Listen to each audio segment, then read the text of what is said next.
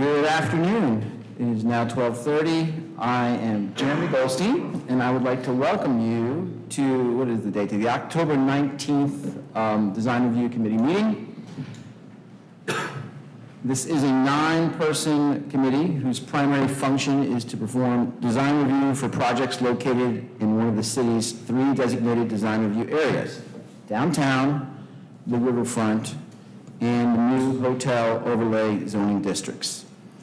This is a mandatory review voluntary compliance process with the exception for hotels seeking to skip council review. Hotels taking advantage of this incentive must receive a positive recommendation from this committee. All committee members and staff are participating in person. We are live streaming on our virtual engagement hub, which is accessible through the virtual engagement hub link on the front page of the city website and also linked on the committee page. You can also watch the meeting on the city's YouTube channel, either live or recorded. I will now take roll call. Christina Rausch. Here. Boer. Catherine and Kaya.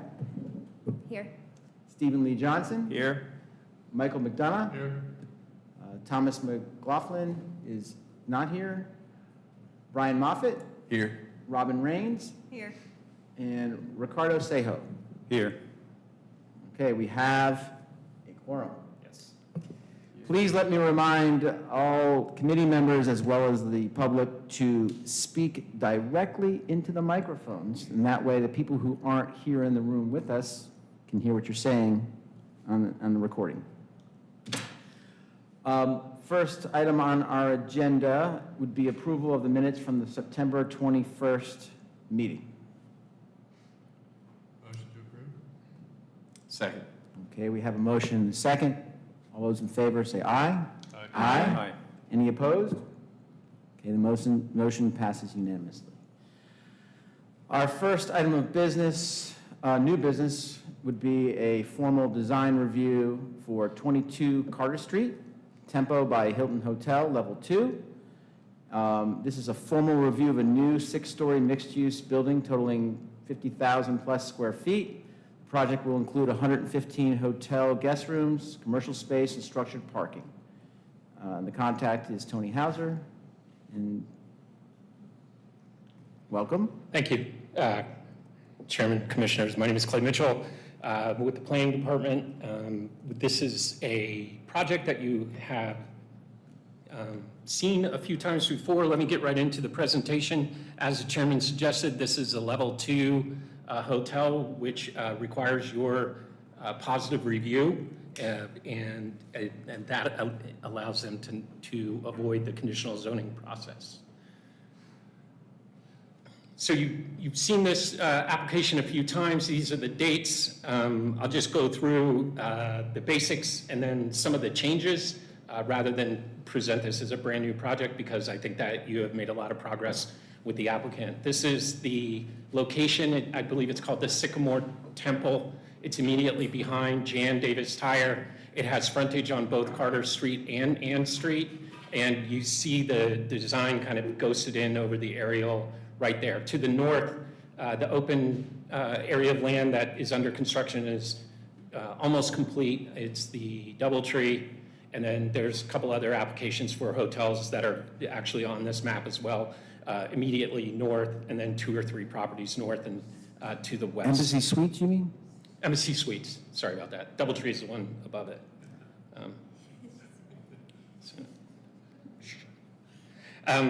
This is the original layout of the site plan. Shows the lobby area down at the bottom, an entryway for both vehicles and pedestrians at the north side of the site, and then leading to ramps down to the below ground or below grade parking area. There, in the original application, there was separate space along Ann Street that you see shaded in blue. Here's that site again. This is revisions for August 17th. You see substantial changes on the entryway along Carter Street, some minor changes of the configuration of the retail in the back, Everything else, a little bit more attention on that entryway with different types of pavement treating, and a more a more dressed up appearance of that entrance from the prior submission. And then here we are on the right at today. And I have to admit, in my review, I missed this. The substantial change here is separate retail space along the front, along Carter Street. That is all new. It has a recessed entrance. It shows separate space shaded in purple, and then the hotel uses start behind that. You see the addition of bike parking areas at the front, and that same kind of treatment with the separate sidewalk materials to create that kind of frame for an entrance with this commission discussed with the applicant. Major external design revisions, I'm just going to show them in the picture so that you can see them side by side, and then I'll let you have your discussion with the applicant. You can see at the top of the hotel substantial changes. An opening has been flipped to the north side of the building. The south side of the building has been closed in. You can see exposed steel gutters, and obviously a substantial change in the materials of the building from top to bottom. Along Ann Street, the separate commercial space has been reduced in favor of a plaza area in front of where the dumpsters are going to be recessed. A little bit more landscaping there. A lot of that commercial space has now been flipped to the Carter side, so now we're seeing activation at the street level on both sides of this building. Again, just some views. This is a close-up of the entrance along Carter Street. On the right, as following all of your comments, on the left was the prior submission. You can see the change in the configuration and the materials.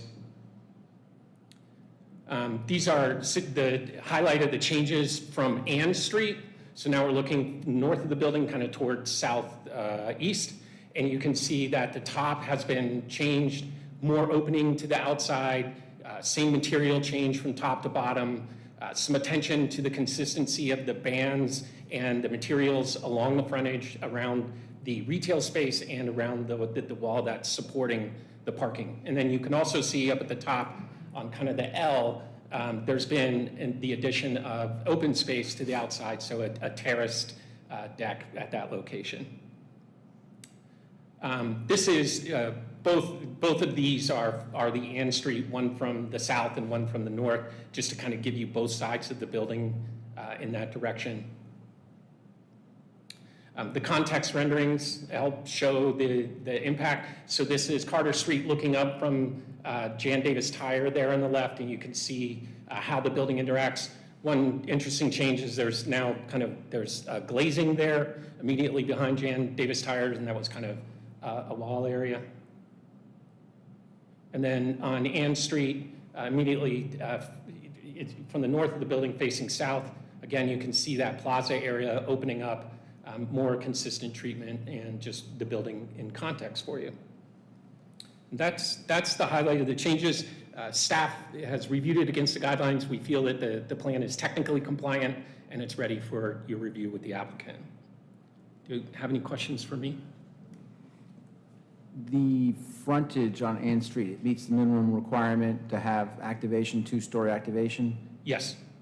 And the dumpster area, is the truck pulling off the street so it doesn't block this narrow street? I believe, I'm not sure, maybe the applicant can talk about what their plan. It seems to have sufficient area that those dumpsters can come out into the plaza area. I don't know if I don't think there's enough room to allow the dumpsters out onto the street unless they're moved out immediately when the truck gets there. The width of Ann, I don't know if it would accommodate even vehicles passing a dumpster truck if it's working.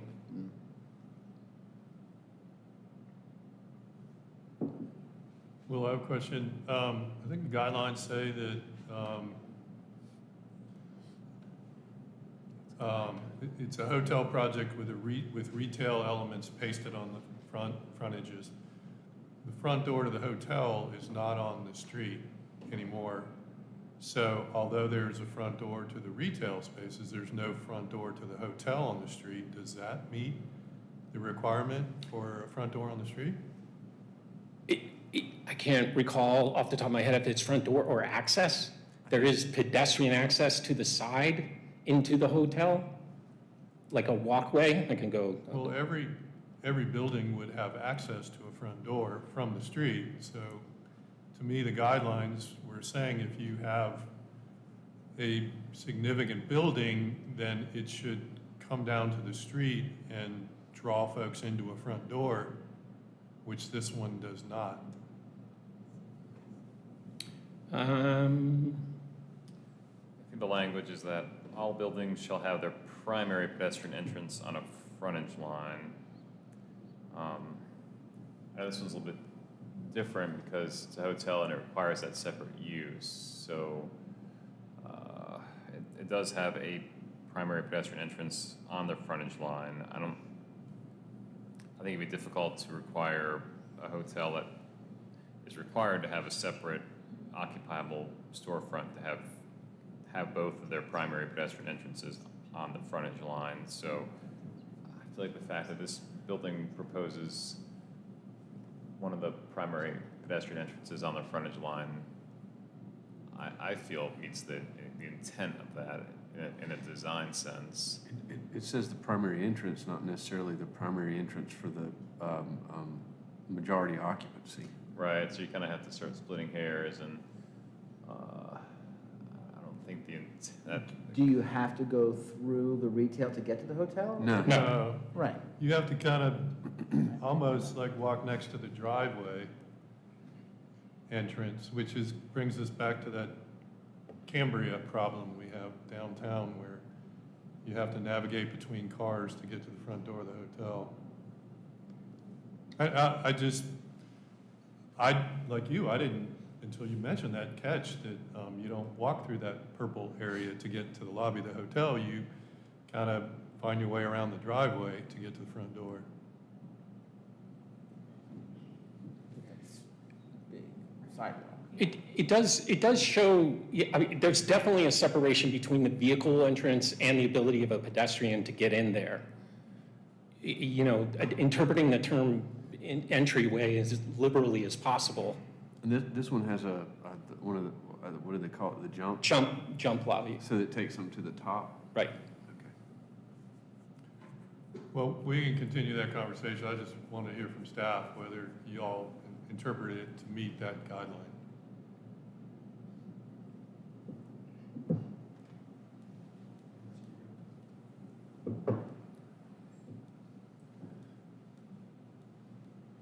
I think we have a interestingly written UDO is the only determination I can make right now. So the guideline says for a hotel building has to have 50% of its frontage to be a commercial use with a separate own entrance. right. And So- then we have another guideline that says the main entrance to the building has to be On a frontage line. on a frontage.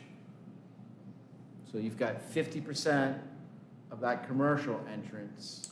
And Where's the- the other 50%? And For the car, It's not a building, it's a it's for the driveway. driveway, it's not a building.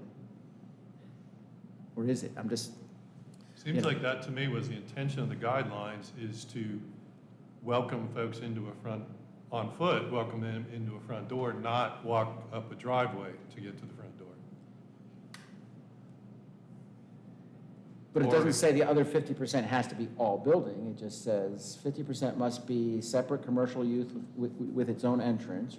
Well, And then- staff has determined that the two retail entrances count towards that requirement for the building entrance being on the frontage. And we can determine when we look at it whether we think the pedestrian connection Right. through that opening is sufficient or if it needs to be,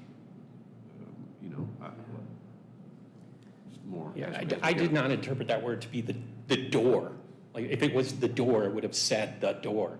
And I feel like entryway or entrance You can have a be- courtyard, it can enter into a courtyard and then move from there into the building. There's different ways to interpret that. So we can go through that as a commission as we walk through. Yeah, that's a good point. There's other recommendations like consider a recessed principal entrance in order to identify the entrance and provide shelter. So it's, to your point, yeah, it's not saying the actual door has to be located exactly on the frontage line. Okay. Okay, thank you. Yeah, thank you. Would the applicant like to present? Is this a good file for you? Yeah. Okay. This is good. And again, we're familiar with the project, so I guess talk about the changes and maybe some of the things we've been talking about. Okay. Did you get any sleep? What? This is a lot of work. Oh, I was like, what do I look like? What are you? I was like, what? Brian, This is a lot of work. I mean, Thank it you. was a compliment, I believe. this is a lot of work. Wow. I was like, where is this coming Are from? they driving you that hard? Well, I mean, this is a lot of work. So, Please, speaking to Mike, introduce Yeah. yourself too. Hi, I'm Whitney Van Houten, and I'm with ODA Architecture.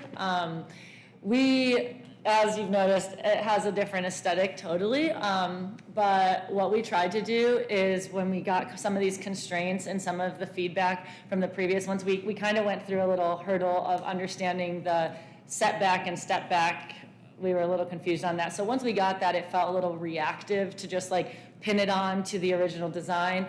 And with some of the feedback as far as, I kind of made a list of like what we thought we kind of kept, things that we thought like kind of went through the first 2 times.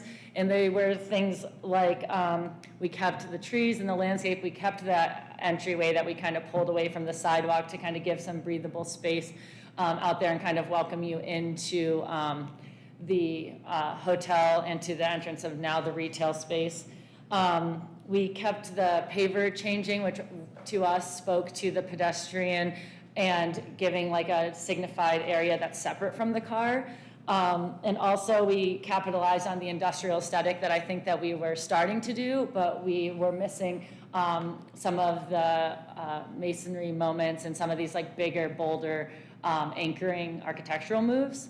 And we also simplified the material palette. So we had a lot more materials. I think that that was some of the issues. So when we went through here, he already like covered some of the biggest changes as far as the layouts and the plans.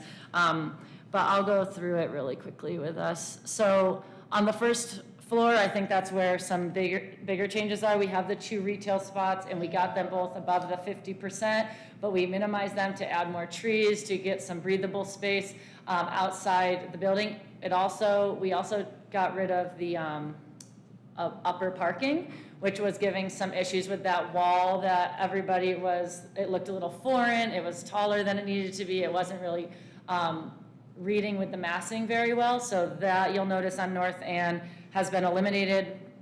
The Carter Street retail, what's nice is we kind of brought the more active program because we're using a jump lobby. There's not going to be like tons of activity there, and we had that right at the front. It's just going to be kind of a dead space. So bringing the retail up there, and we read the guidelines similarly that there was a main entrance on the road, and we also, I don't know if can you see the mouse up there? Yeah. We actually intentionally designed like this kind of passway from the sidewalk that you like slip through to this entrance to the lobby if you were to be on foot. But if you are dropping your car off, you're just coming straight in like you would anywhere with a valet. And it's 100% valet, so that's something that has changed on the first floor. And as far as the massing goes, we captured the 2-story fully occupiable space, and these are just the normal floors, the kind of standard floors, but the 6th floor I'll go to real quick. That space you see on Carter that's kind of framed out, we're calling it like a partially enclosed terrace, which is kind of nice. You go out onto this partially enclosed terrace and then you turn to the totally open terrace with that's the view of the mountains. So you're kind of getting this framed view and then you're opening up to that way. And the reason we chose that side when we used to have it on the other side was because you're able to get 2 views for the price of 1, like we were having these tiny terraces where you weren't getting that expansive view, but by putting it on this end, you're able to capture that in one large space. And also the small terrace on the other end, which has a similar aesthetic on North Ann, is just for the meeting space, so it's more of a private terrace if you rent out the space. So it's a smaller scale as well. Let me get us down here to the elevations. So I guess, or I'll just go to the renderings, it's easier to kind of see. So the overall aesthetic is we have kind of the base, and we have a lot of really interesting like masonry detailing on the pilasters, as well as like the different cornices and framing soldier courses and things around the windows on the first and second floor. And what we really liked with the change in our massing and the change in the scale was we're able to kind of accomplish a 2-4, which gave some verticality to what is kind of a short building with the surrounding buildings that are going in there. So main goal of ours was to add some of that verticality back, which I think this was able to accomplish a little bit more than our original design was kind of like 2-3-1, which was kind of making it a little bit squatter.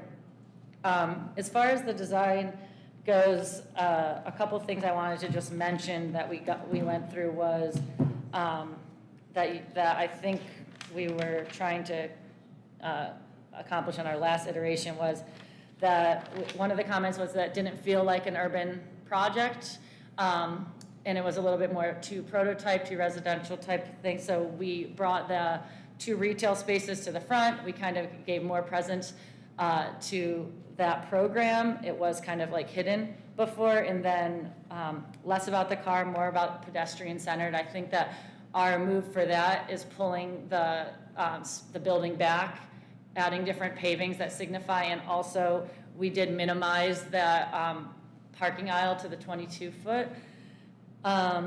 Like I said, minimize the material palette. We only have 2 varieties of brick, 2 varieties of ephes, and then the glazing and the aluminum storefront. We did minimize some of the ephes, I wanted to point out, because I know that was a comment. We made sure that all the street-facing facades, entirely from first floor to 6th floor, are the brick, and it's not just the facade. It kind of wraps that whole massing as you turn the corner, and any guest type of program, guest-facing program, is treated like that. And then I just wanted to mention the north end wall parking because of the limited parking, but I mentioned that a little bit earlier. So I think those are some of the big massing things that we were kind of working through last time that kind of show up here. So if you have any further questions or specifics, feel free. That's what I got for you guys. Thank you. Thank you. If there's no questions, I guess we can always call you back up if there's specific questions. I can ask some questions, fine. Okay. I'll be good.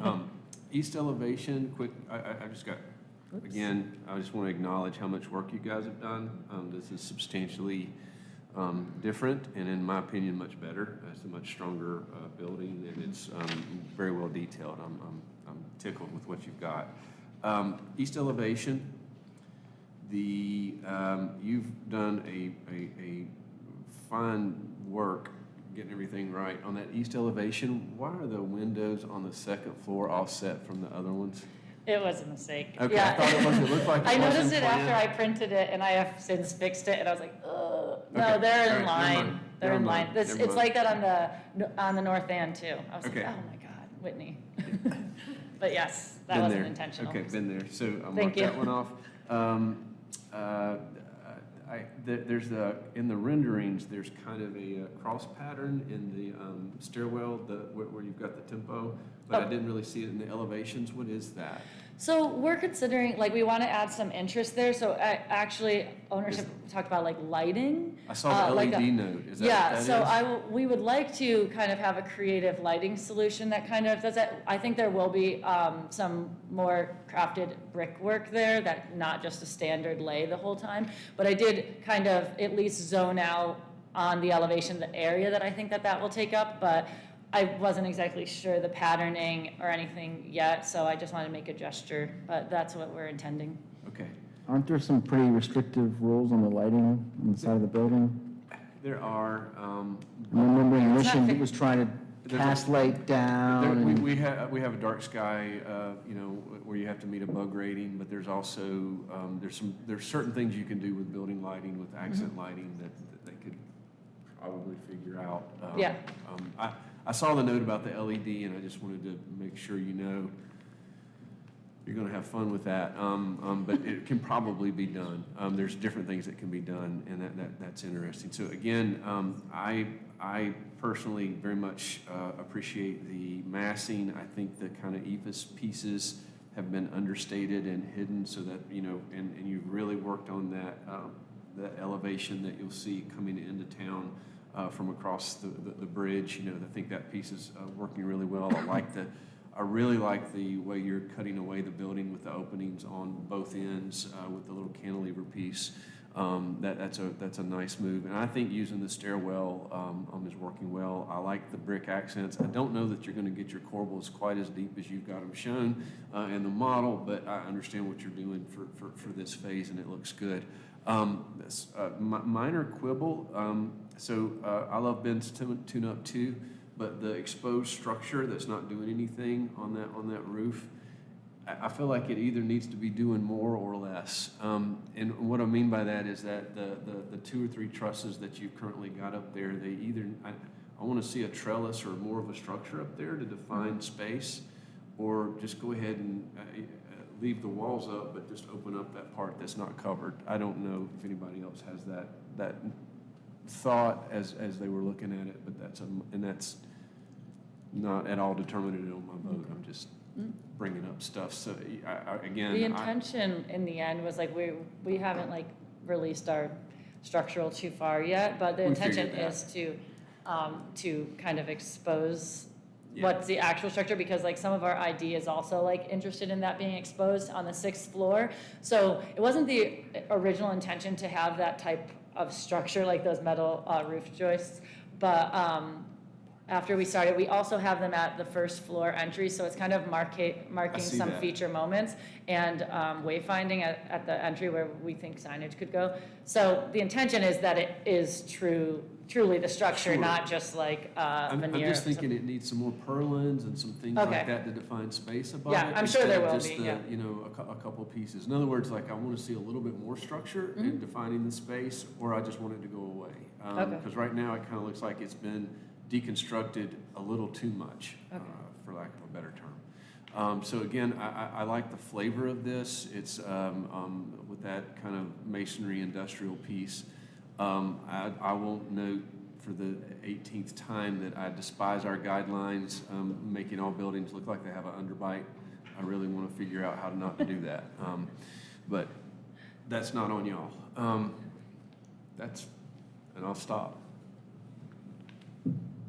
I have a question. The east elevation implies that Carter Street is level? So the driveway entrance, the retail storefront, and then all the way to the south corner of the building appear to all be on the same level? Isn't there a lot more slope on Carter's? I don't think there's as much slope. On North and there's a ton of slope, but I think that we have them leveled out to the same elevation as like the entry of the door and the drive aisle is like the design. I couldn't find topo lines on the site plans. Am I missing those? Or are they just not there?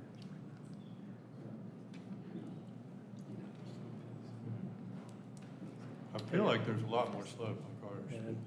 but- I met Gower with ODA, so I obviously was working on the project further north on Carter. So Carter does actually have a significant slope on that northern end, but once it gets down to this site, it does level out.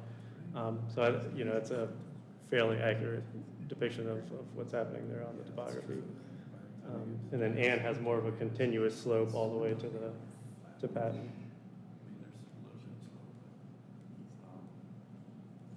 I've got some I have some comments.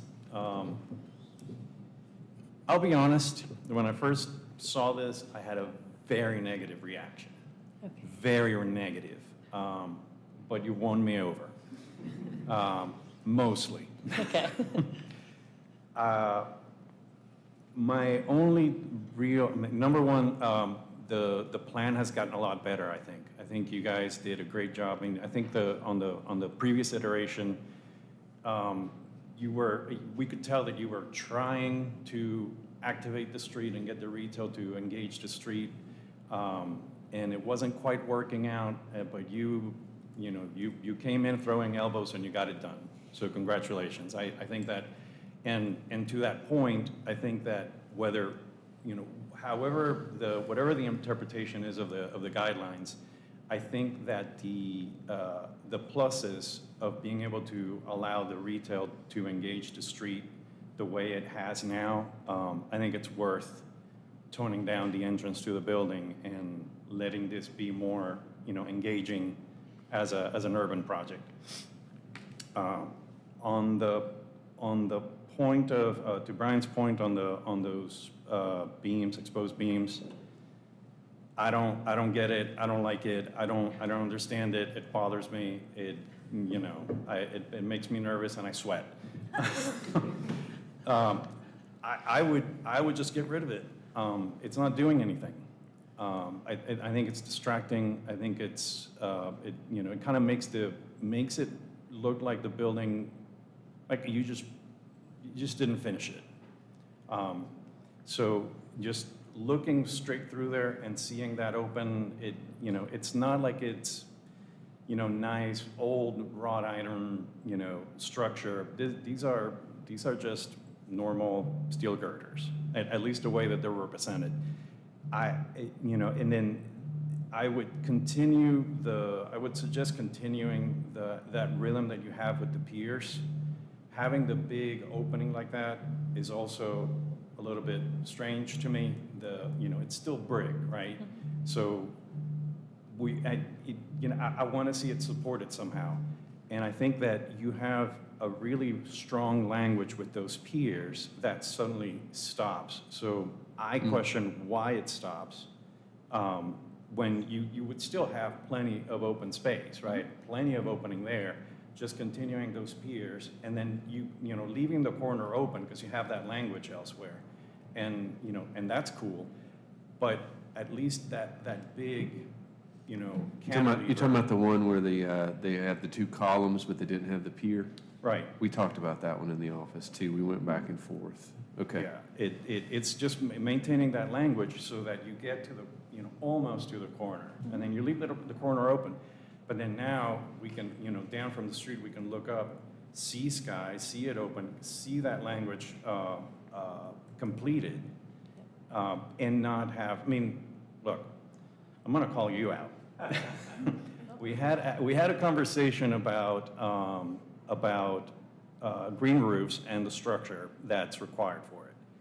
I just finished work on a high school that has a full auditorium, full-size gym, and a full aux gym, all with green roofs, right? So it's not that big of a deal, but there's a lot of structure, a lot of steel going in to support these, this brick. This is brick, this is heavy. Even if it was metal panel, it would still be a lot of structure to support that. And then there's structure behind it that's not supporting anything at all. So. Can you pull up that, Yep, the render, that view. east corner, just so everybody else can see what we're talking about, zoom in? I guess the front page is bigger. that's probably the best one. Yeah, so those piers that you have, I would just continue them in Yep. that same pattern, same rhythm, complete that facade, beautiful. And then my other would be on the North End Street view. That's Okay. on A203, the top right. Top right.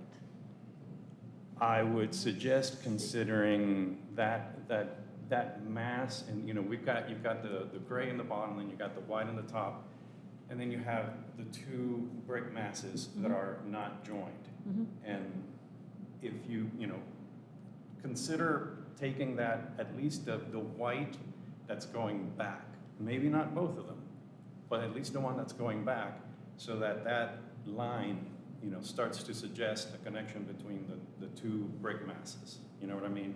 So you still have your gray and your white, and I realize that that's breaking your rule of, now you have brick over that gray. Yeah. But You're talking about switching the white part to brick, Ricardo? At the top, you're talking? At the top. Yeah, at the The top. white part, so that the connection of that brick is at least suggested. And I think that's more valuable than the language, the pure language of brick sits just on the black, and then you have the white and the gray together. Because to me, that it reads as three buildings now. From this view, it reads as three buildings. But I kind Yeah, of it like was that. intentional. I kind of like that. It makes it, like It's you like said, these it's are more two like slender. These are historic things that are slender, linking, yeah. but also I don't know how I'm you a would feel layperson. about, what do you feel about like a masonry product just like being on the top floor Yeah, only? It feels like it's more of an anchoring kind of product, so that's why that doesn't sit well with me, I guess. But- Now I'm gonna call you out. You have flying brick. Yeah, that's why there's the structure there. And I did have the pilaster there too, so I think that. Well, so Ricardo, is part of what you're reacting to is that it's like the gray, but not. No, In other words, if it was even more glass boxy, would you like it better? Like I like that modern piece on the top, and I'm putting brick on it in my head, and I'm not sure I like it as much. Maybe what I'm reacting to is that the front piece looks like it's chopped off, right? The way that the fenestration is set, it sort of looks like it's chopped off, and then, but You It mean isn't- Carter Street? no, The on front on piece? this view. Oh, yeah, the front piece. But with that said, that is a minor thing because I do recognize that you have that language. So that's just to my eye. And obviously, not everybody agrees. So, but I I'd like think to I find do feel strongly about that front piece with the missing piers and I agree with you that. know. I agree with the pilaster thing, but I will have one vote that says I like the bar joists. So I think it's cool. I agree. And I I like the bar joist too. I understand it's a schematic model and it's gonna get more structure as you The get real aesthetic structure. was supposed to be like a ruin, like it's like pulling it away, you Well, know, and like then reveal. If it's functional too. Like, if that's I think- part of the structural and what it is, we'll then, make it all right, it serves a functional. purpose and you're just, yeah. No, it's not. I just wanted to say really quickly, I'm not sure I agree with the brick, but I do think that top piece, there's a project, a hotel that was completed here recently, the restoration, and they have ephes that you look at when you are on their roof terrace, and it's pretty ugly to look at. So I don't know if there's an option for another material up there, but I would maybe check out that project.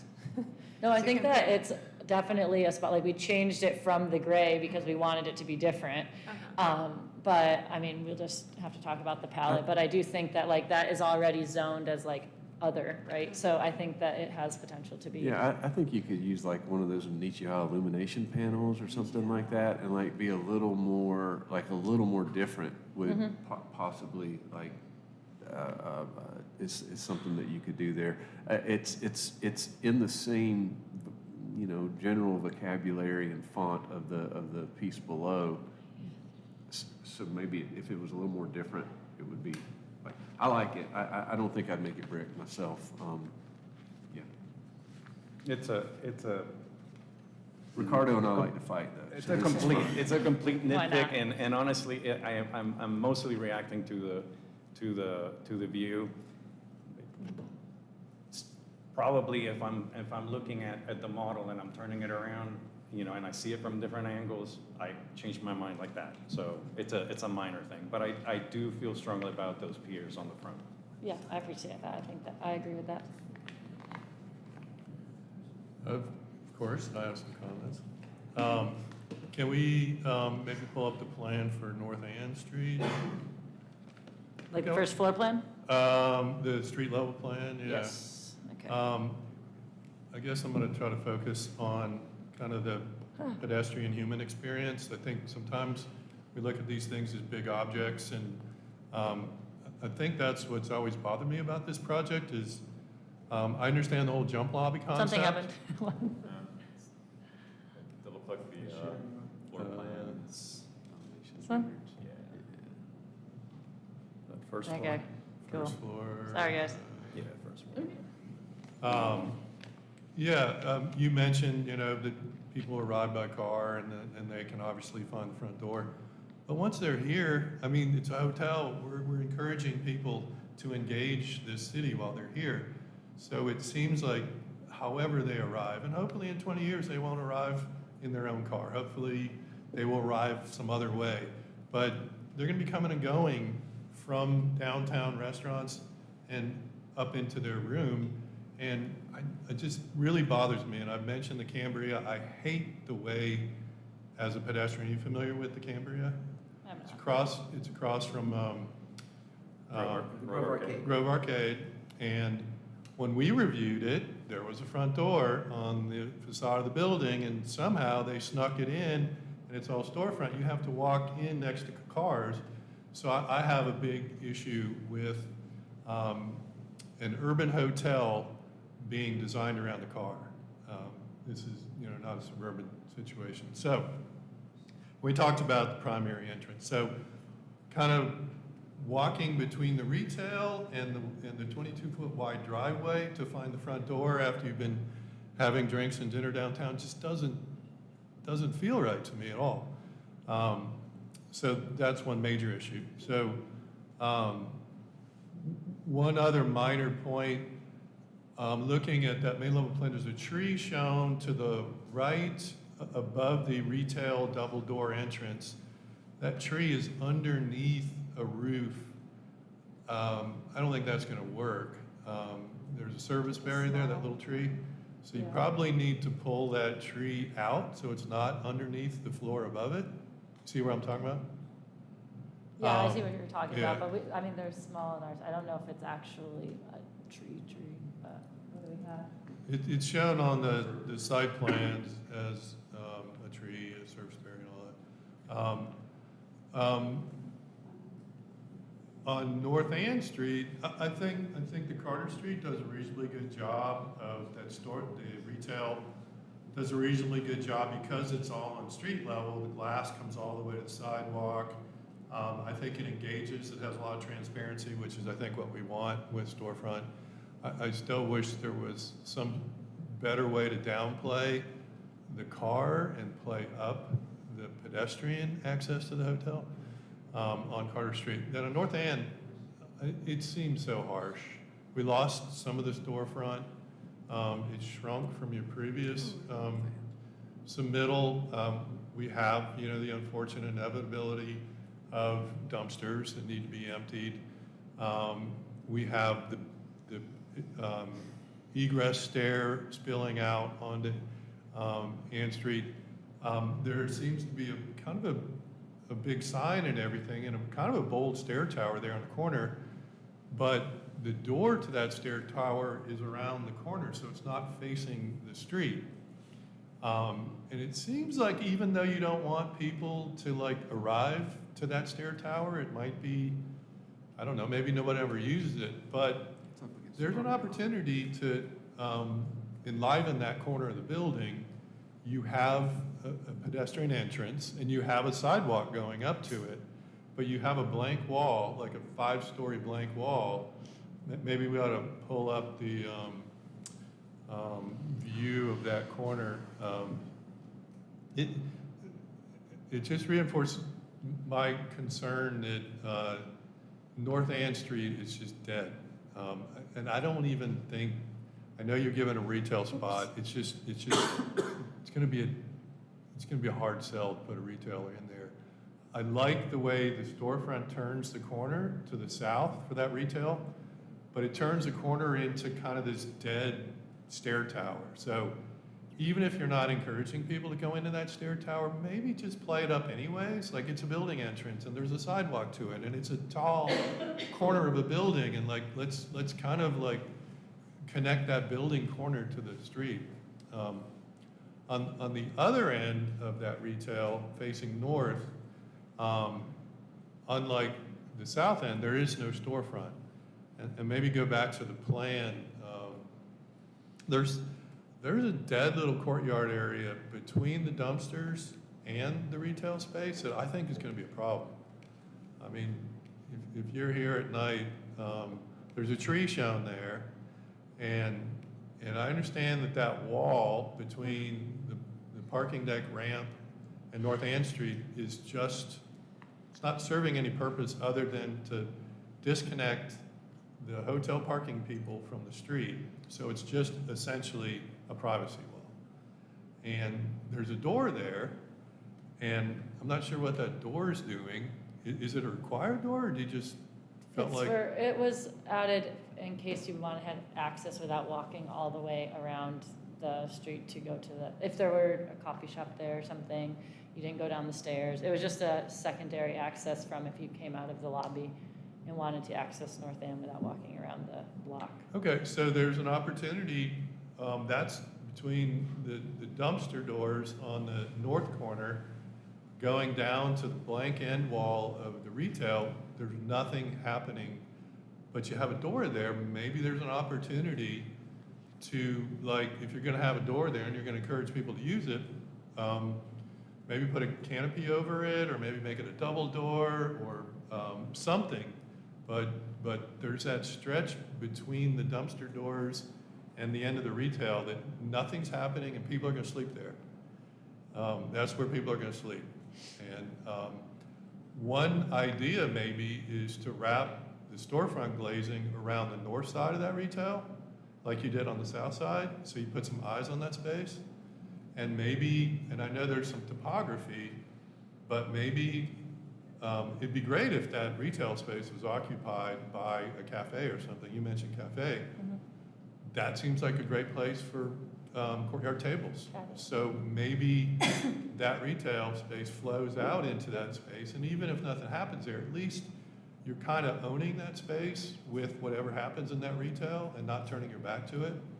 And then that's an opportunity, maybe instead of just that privacy wall separating Ann Street from the parking, maybe there's some screen panels, metal panels, or something to recognize that, maybe people might enjoy that space instead of, crashing at 2 a.m. There. So I know I've taken up a lot of time. And I'm a little bit worried about that. You've held the building back from the south property line, and there's kind of like a 3 to 5 foot strip there. I understand you're probably doing it to meet building code requirements for openings, but in the old days, we wouldn't hold back 3 foot. The building would marry the next building, and so we kind of get these really odd spaces now between buildings where, so there's some. Additionally. There's, There's an alley on the. Yeah, here, east it's like that. property. oh, okay. Well, I'd just be careful, because I think, again, that's one of those urban spaces where there's no eyes on it and bad things can happen there. And you've got some boulders sprinkled there and some trees sprinkled there, but just be aware that you might want to kind of own that space a little bit more aggressively.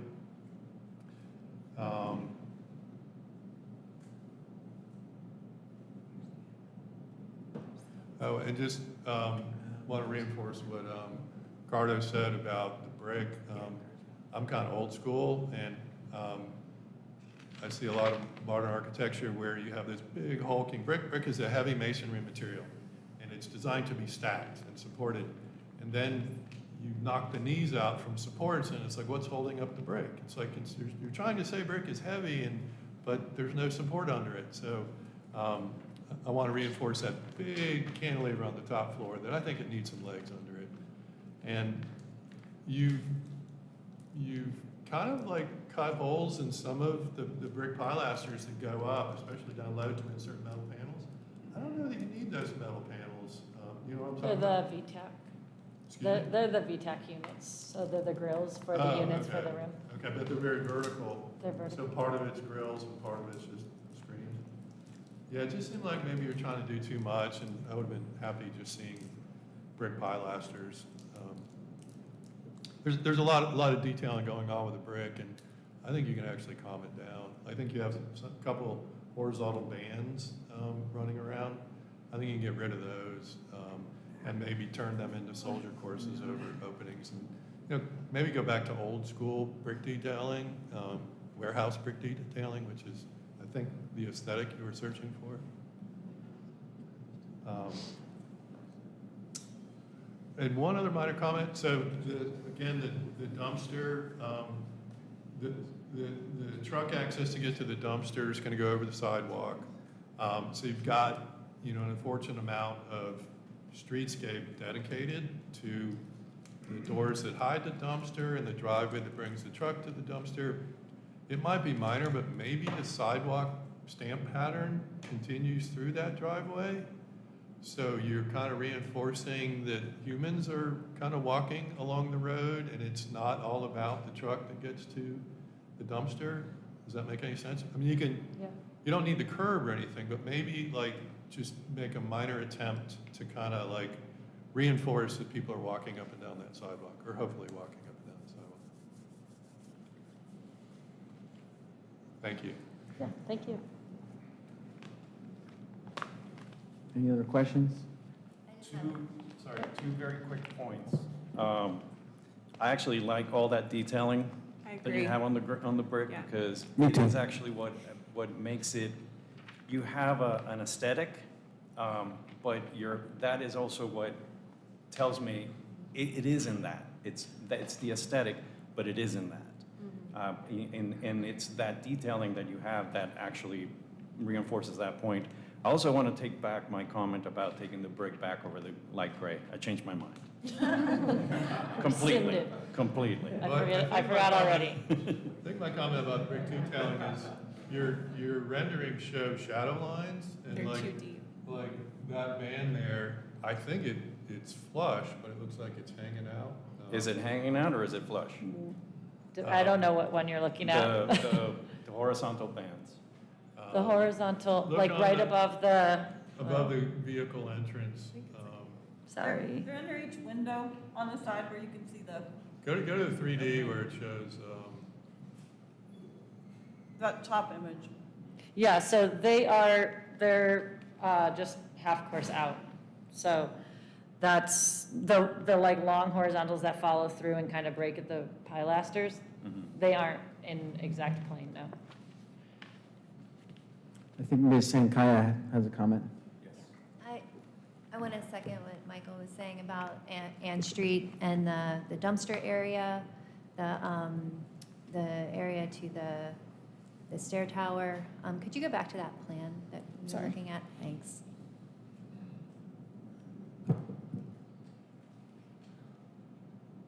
There you go. Thanks. And then I do want to ask about all of the boulders that are sprinkled throughout the site. I don't see those in the renderings. And on the site plan, they could be anything. And so I really am concerned that it will end up looking like a Cliffs community, like Boulder landscape or something. And I think it's really important that those be very deliberately selected and deliberately placed so they look legible and on purpose and not like an afterthought. And this brings up something I think Christina did really well when we did our virtual meetings where you could bring up examples, photographs. And I think that would be really helpful if the applicant doesn't have precedent imagery, that somehow we could like access that to share what we mean, because it's hard for me to describe. I have in my mind what it will look like and what I want it to look like, but I also am concerned that my visual vocabulary is different from maybe the site designer. So just to say that I'm not sold on sprinkling boulders throughout the site. I don't know what that means, what type of boulders they are. Is there a reason for them? So I do appreciate the thought of doing something. I appreciate the native plant species that were specified and the upsizing the trees and increasing the number of trees. But the boulders, there's no way to know what that is going to look like. So It's a really that's my only comment right now too. There's been so much that has changed that looks so good on this project, but it's just important to note if the boulders do move forward, just you have to be really careful or you'll have a disaster on your hands with what it looks like. So good contractors, check the boulders, make sure they're right scale, and I do think it makes a very strong effort to try to feel like you're in the mountains in some way if the plantings are being able to establish. I think it's going to look really good, but you get one chance on those boulders. When they come to the site, they're there. Good point. So choose you a good group to place them. Yeah, and just a general comment that I think the site and the landscape plans need to be at the same level as the architecture plans. We had a lot to talk about with the architecture. There's renderings, there's all these different views and examples, and I know that's not maybe required for the site and the landscape, but it would really help us to vote in favor or opposed to something if we knew what we were voting for. Can I add something to that? Speaking for the architects in the group, or at least for myself, where I've seen sheets where you include photos of the actual pieces of landscape that you're talking about, the species and the plants. Catherine and Stephen Lee read this stuff and they know exactly what they're looking at. Somebody like me doesn't, so a picture goes a long way to help me understand it. Thank you. Perfect, thank you guys. Is there further discussion amongst the, should we open for public comment? Yeah, that would be a good time. Let's do that. It's 1:27, open for public comment. Is there anybody from the public that would like to contribute? Okay. Do I have to ask if there's anyone online or in the queue or no? No, it's all in person comment. All in person, great. Yep. We will close for public comment at 1:27. If there's any further discussion or. So I have some questions. So I expressed a lot of concerns about how harsh it is on North Ann Street. I think maybe some others are ready to vote, and I want to see some of those comments addressed before I vote. Right. So I'm wondering if someone makes a motion, anyways, so I feel like there's a lot of work that I need to hear is they're committing to, rather than it just being suggestions. We've had conditions in the past where the drawings had to be resubmitted for a review after. We've done that before. We've done that, but it's really, Then it's approved. it's already approved and they're only required to come back and show us. So it's a Yeah. good faith effort to say, hey, we've responded to that. So I don't know, or you vote and some people vote for and some people vote against. Yeah, I think what you're asking is, should someone asking the applicant to come back again, to keep working? Or the conditions in the motion are specific Or enough. that, yes. Again, I have serious concerns about, especially North Ann Street, and just quite frankly, I'm not going to vote in favor of it unless those conditions are in there. And what conditions are those? If we're ready, we can start talking about it. So I mean, just want to understand the you can process. make a motion with conditions and people can either amend or approve, that. Sure, if we And get if your there. motion doesn't pass, then someone else can make a motion. I mean, why don't we try it that way? Unless well, there's yeah, let's- additional, Let's hear what everybody else says, and I'll work on some motions. How about that? My only condition at this point is that the applicant agree to incorporate the brick pilaster into the upper structure and review the actual structure of that piece as they proceed. But that's really my only condition at this point in time. I do agree with Michael about Ann Street being really a dead zone, though. I mean, Which part of it? So I didn't agree with trying to make the exit stair into an entrance, but I did agree. around that retail space towards the dumpster. I mean, it's a solid wall. It's I just- did agree that Yeah. that we could take the storefront around that corner on the screen, the north piece of that retail, and then possibly lose one of those trees and incorporate that as a plaza. And I thought that was activate. a really good Yeah. comment. I would be in favor of that as well. I agree. I don't know if that addresses the bulk of your concerns, though, Michael? It's a step. What was your comment about the stair tower, I don't know that making that a building entrance is a good move. One, it's not truly accessible in the same way. I don't think it's going to be monitored. I think drawing people to it is not. I don't think that's a good move. I think downplaying that it's an exit to the public way, and I think downplaying that is the right move. But taking the storefront around the north side and losing maybe one tree right there and making that into something on the north side. I think the tree can be incorporated into the plaza. Okay, Really well, nice. I'll yield to. well, the rendering, the rendering of that southwest corner, we talked about there's possibly going to be some lighting on that stair tower. Can you bring the rendering up or no? And the hotel brand name Tempo is on that stair tower. So it's kind of being used as, the bottom right there. Have you zoom in on that? It's also backed up. I mean, it's behind Jan Davis on that alley, right? Well, I understand. It's just, and there's a the site plan, which we just lost, there's a 15-foot wide sidewalk going to that stair tower. So, It was only 5 or 6. no, Maybe it's, that road. it's, Oh, wow. I see. No, I see it. No, it's not that wide. It's just a 5-foot sidewalk. Oh, that's both?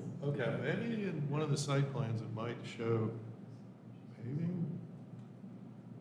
I Yeah, thought it was downplayed. I thought it was really Okay. just an exit stair. I see. I misread the boulder scramble for, okay. Well, anyways, okay, so maybe that comes off my list.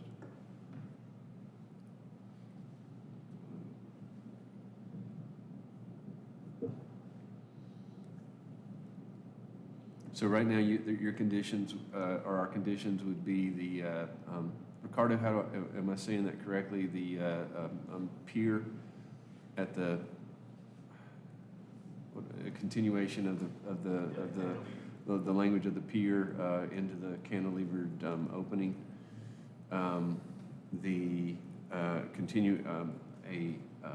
Continuation or the providing storefront on the north face of the Ann Street piece, Retail, yeah. retail piece, incorporating some kind of activated plaza, is that the right language, on the north side of the Ann Street retail piece that I am informed reliably can incorporate the existing tree, the tree as shown.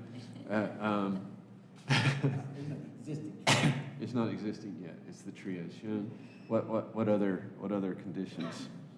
I have a question about the plaza. Do you want access from that retail? I don't know that you can Because of by the street grade. I goes think up. I think that's gonna end up being 18 inches or so above finished Okay. floor. Okay. Are y'all in favor of the comment about continuing the sidewalk patterning Yeah. in front of the dumpster? I've run into that before, Michael, and I think that the city is going to have issue with that because it's a different type of construction. You normally have to do. Tony's the- probably got a better answer. Yeah, you normally have to, the tires are gonna, they tear it all to pieces. Tony Hauser with WSP. I have tried that numerous times, and I cannot get the city to accept that. I would love to continue pedestrian pavement across driveways, but the most recent example is Embassy Suites. I showed it on that driveway along Haywood Street, and they said, take it off. And that's just the standard running bond pattern that we were trying to do there. What was their logic? It's a driveway for cars, and it should not have a paving pattern across it. That came from transportation. I'm willing to try it again. I am, but but my head's getting bloody. Last week in Biltmore Village, with all the brick sidewalks, we wanted to try to do it with partial brick, wouldn't allow it. Got to be concrete, so unfortunate. But You can require them to ask, subject to approval, if not, you know. I will guarantee I will In the ask. interest of moving along, I mean, Okay, we can do I that. will Strike that off. I think we're ready to, So let me just bounce my conditions. Continue storefront on the north and, Just go ahead and make the motion. You got it. You can do it. Do it. You want to check with the applicant to make sure they're generally comfortable with these conditions? you don't have to. True. Yeah, I think it'd be, I might need This is help. not a conditional not a zoning, this is an conditional approval zoning. with these conditions, and. yep. Well, let me bounce this one because I'm not sure how to word it. And I'm going to just talk about subject. The door in the parking courtyard wall facing North Ann Street, articulate that and open that door up to a pedestrian space and not a dumpster driveway? Is that, is there a better way to say that? Well, I think if we're talking about incorporating some sort of public space in that corner there, then that starts to tie in together naturally, right? I think so. I'm Yeah. a little concerned about forcing the applicant to dress up a door that's never going to be, it's always going to be just used as an exit. And you're drawing people to something that they couldn't use. Well, if they're exiting, she mentioned that they might go to a coffee shop there, and once they leave the coffee shop, they might want to go back to their room. Yeah, but I don't think they'd go through there. I think they'd have to go back to the main entrance. You know, a lot of times you exit these hotels certain places, but you can't get back in the same way you came out. I think This is the an greater egress access issue control. is activating that area, and how they want to manage access and security within their building is up Yeah. to them. It's an operational issue as well, but the most important part, I would say, would be Let somebody activating. give me some wording for that. Activate the area between the dumpster driveway and the retail I think, as a pedestrian Plaza. plaza? yeah, well, you create a occupiable pedestrian plaza in that area.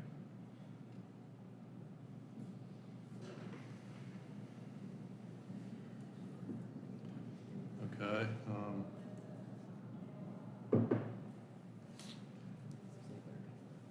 Okay, so the two conditions I have are, again, continue the storefront around that north corner and revise the space between the retail and the dumpster driveway to be an activated pedestrian or Occupiable, courtyard or plaza. yes. Yes. Anybody got any other ones? Nope. And the piers. And the Oh, piers. can somebody add that to my Yeah, motion? you go ahead and make the proposal, I'll make a minute, let's go. All right, I'll I'd make like- the proposal, and you can. I'd like to make a motion to approve the project with the following, I think, 3 conditions. You're going to say as presented based on the site plans, elevations, and I'm going to materials? say as presented in the submitted documents, site plans, and architectural drawings dated, whatever they're dated. And that the project meets the intent of the downtown design guidelines. And the project meets the intent of the downtown guidelines, Subject to the following conditions. subject to the following conditions. Continue the storefront glazing on the North Ann Street facade retail space around to the north side of the retail space. Revise the site plan to create an activated and occupiable pedestrian or an occupiable activated space, pedestrian space between the dumpster driveway and the retail space. And Continuing the piers. And keep the tree. You don't have to say that. We didn't say you remove it, we just said. And continuing the piers across the front in the same rhythm across the cantilever, what is currently a cantilever.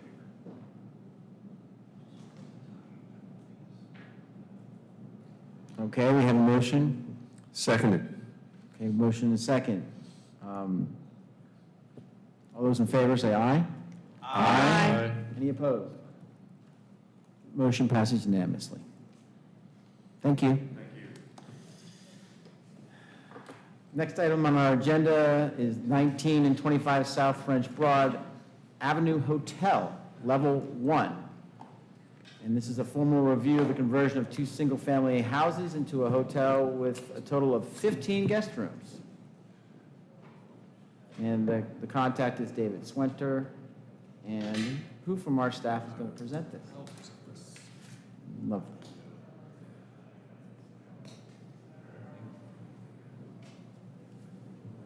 Just gotta swap out computers here.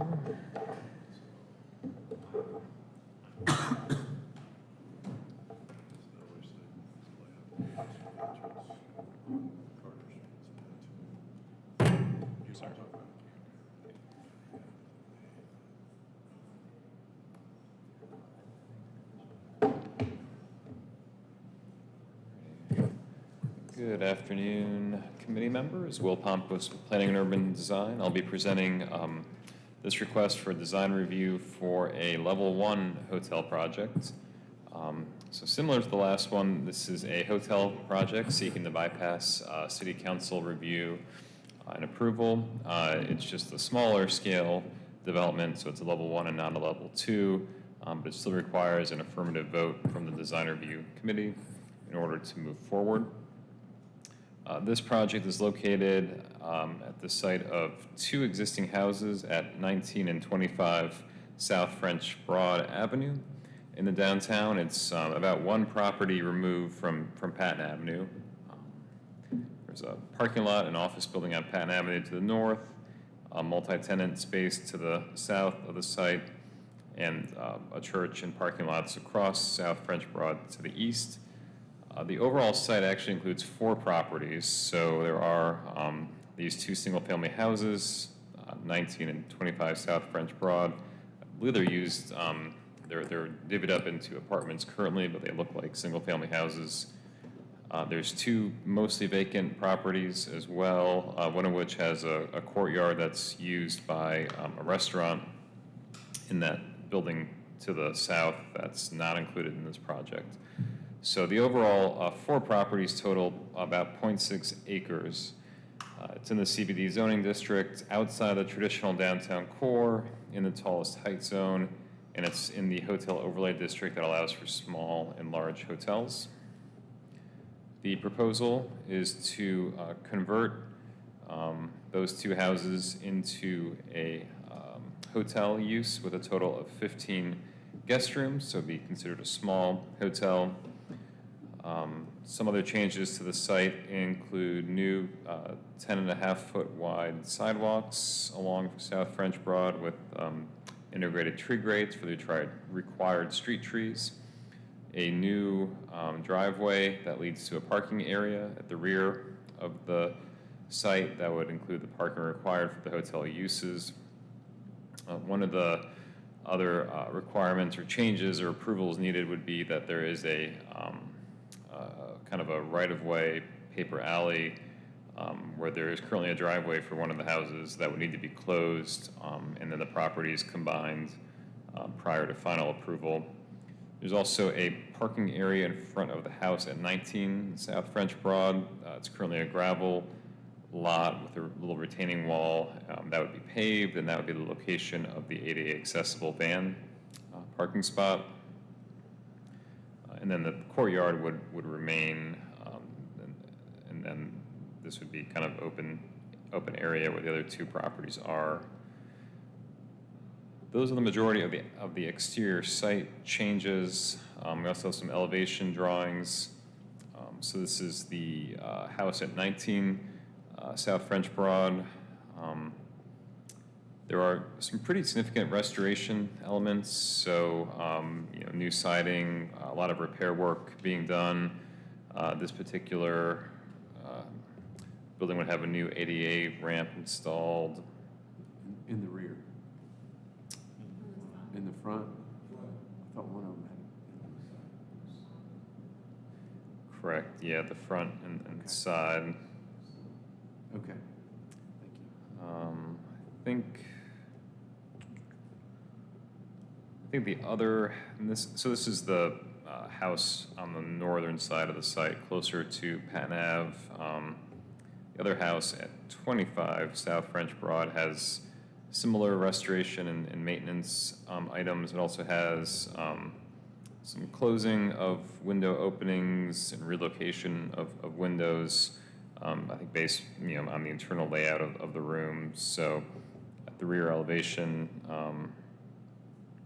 you have the proposed infill of windows, and then leave some new windows as well, and that sort of thing. But as far as the primary elevation goes, no real significant changes to that structure. Let's see, other landscaping requirements include parking lot landscaping, retaining wall landscaping, tree canopy preservation standards.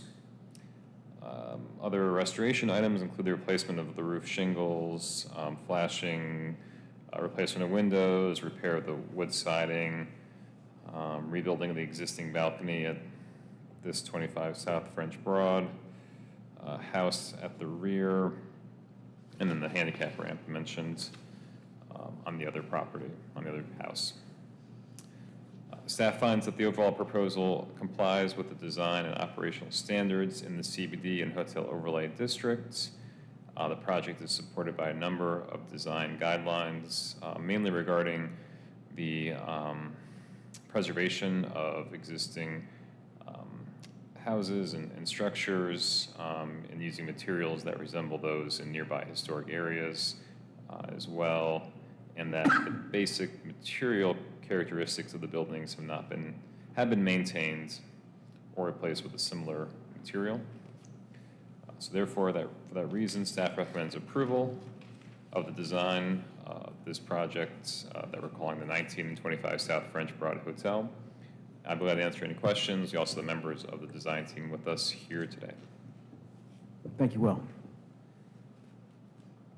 Any questions for the design team or Will? For the design team or Will? Either. Design team, yeah. Okay, who from the design team would like to come up and answer questions? Ms. Glazer. Welcome. So I have the site plans here, and then elevations for 19 and elevations for 25. And you can kind of scroll, kind of using two fingers to go up and down through the plans. Test my IQ here. That's right, yeah, it's a lot of Please introduce yourself. I'm Patty Glazer with Glazer Architecture, and thank you for having us, and glad to answer any questions.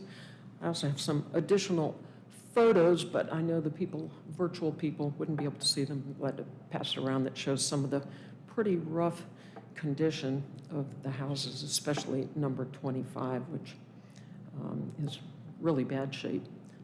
But anyway, one thing I would like to add to mention is that both of these structures, both buildings are contributing structures in the City of Asheville's historic district, and they have protective preservation status, and they're both listed in the National Register of Historic Places. And so that kind of has determined or impacted some of our, what we need to do and what we're having to do besides. Are you having to get HRC approval for this as well? No, that's, Okay. well, some of our benefits points are adaptive reuse, and so therefore Alex Cole will be participating in that. Okay. But Okay, it's- but you don't have to go to HRC, you No. just have to go through SHPO. Gotcha. Okay, thank you. I believe Mr. McDonough has some questions. Yeah, not concerns or anything, I'm just curious. That kind of funky 50s metal railing at 25 North, on the front porch of 25 South French Broad, the front porch has that 50s railing. The drawings don't address that? I'm just curious, are you guys gonna, We're keeping the railings from the porch, if that's what you're asking. We're having to rebuild both porches. Water leaks down to the lower levels, and we're going to be occupying those levels. So we're rebuilding them structurally and with waterproofing and all that. But the railings will be the original railings. Is I that don't- what you're asking? well, I don't think they're original railings. I think somebody took this building. Well, they're and- wood.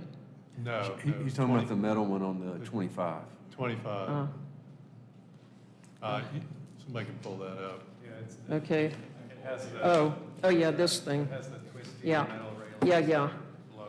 Your drawings Right. don't address that. One, Uh-huh. I'm guessing you have to get those up to 42 inches high anyways, for commercial or not? Well, we probably actually don't need to because we're using the existing building code for several Oh, things. Which, stairs and railings and certain, I'm trying to remember what other features we're allowed to keep. Obviously, we're having to deal with a lot of building code issues because it's becoming an R1 occupancy. So there's exiting and fire rating and floor load capacity and all of that, besides all of the deteriorated structure and finishes. But you are going to keep those metal railings too? Is that- We hadn't really addressed that. Our client is here, and maybe, do you have I anything you don't have want any to add strong to that? opinions.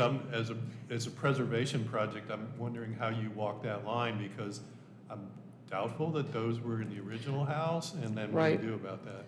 Right, but I don't think we're required to put it back to what it was, so. But you may want to. Yeah, Yeah. yeah. Right, If I may. yeah. David Swanter with GBX. Thank you for the opportunity to speak.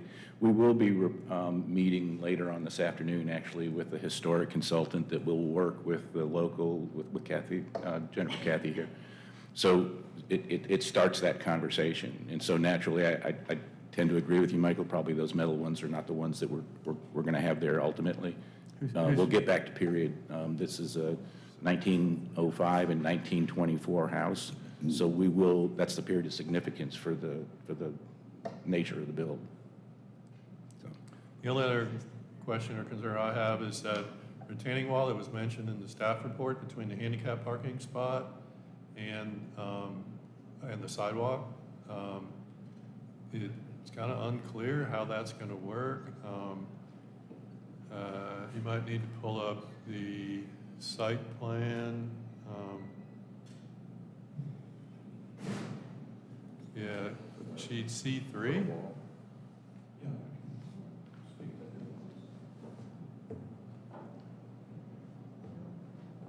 Not clear what it's retaining. The L-shaped wall that's sort of, I'm Russ Nicholson, I work with Patty, I'm an architect. The L-shaped wall that separates the new expanded sidewalk from the parking space is just like 16 inches tall. It's just to maintain the grade of the 2% required grade on the parking space from the actual sloping site of the sidewalk. So it's very short, but So what's higher, the sidewalk or the sidewalk is lower. Sidewalk's lower. As you come in on the drive, just to the north of where the retaining wall is, it's sort of levelish. So the car drives across there, turns slightly to the left and parks there. But the road is sloping slightly downhill to the south there. So the retaining wall goes from, on its north corner, from 2 inches tall to 16 inches tall on its south corner. It's just enough to level up that. So the top of the retaining wall is even with the parking spot? Yes. And there's no rail or anything there? Less than 30 inches. Probably have a parking stop that you put in there, prevent a vehicle from going over. Pardon? You probably have a concrete parking stop Yes. to prevent a vehicle from Yes. going over. And the retaining wall is blocked with stucco or something? That's correct.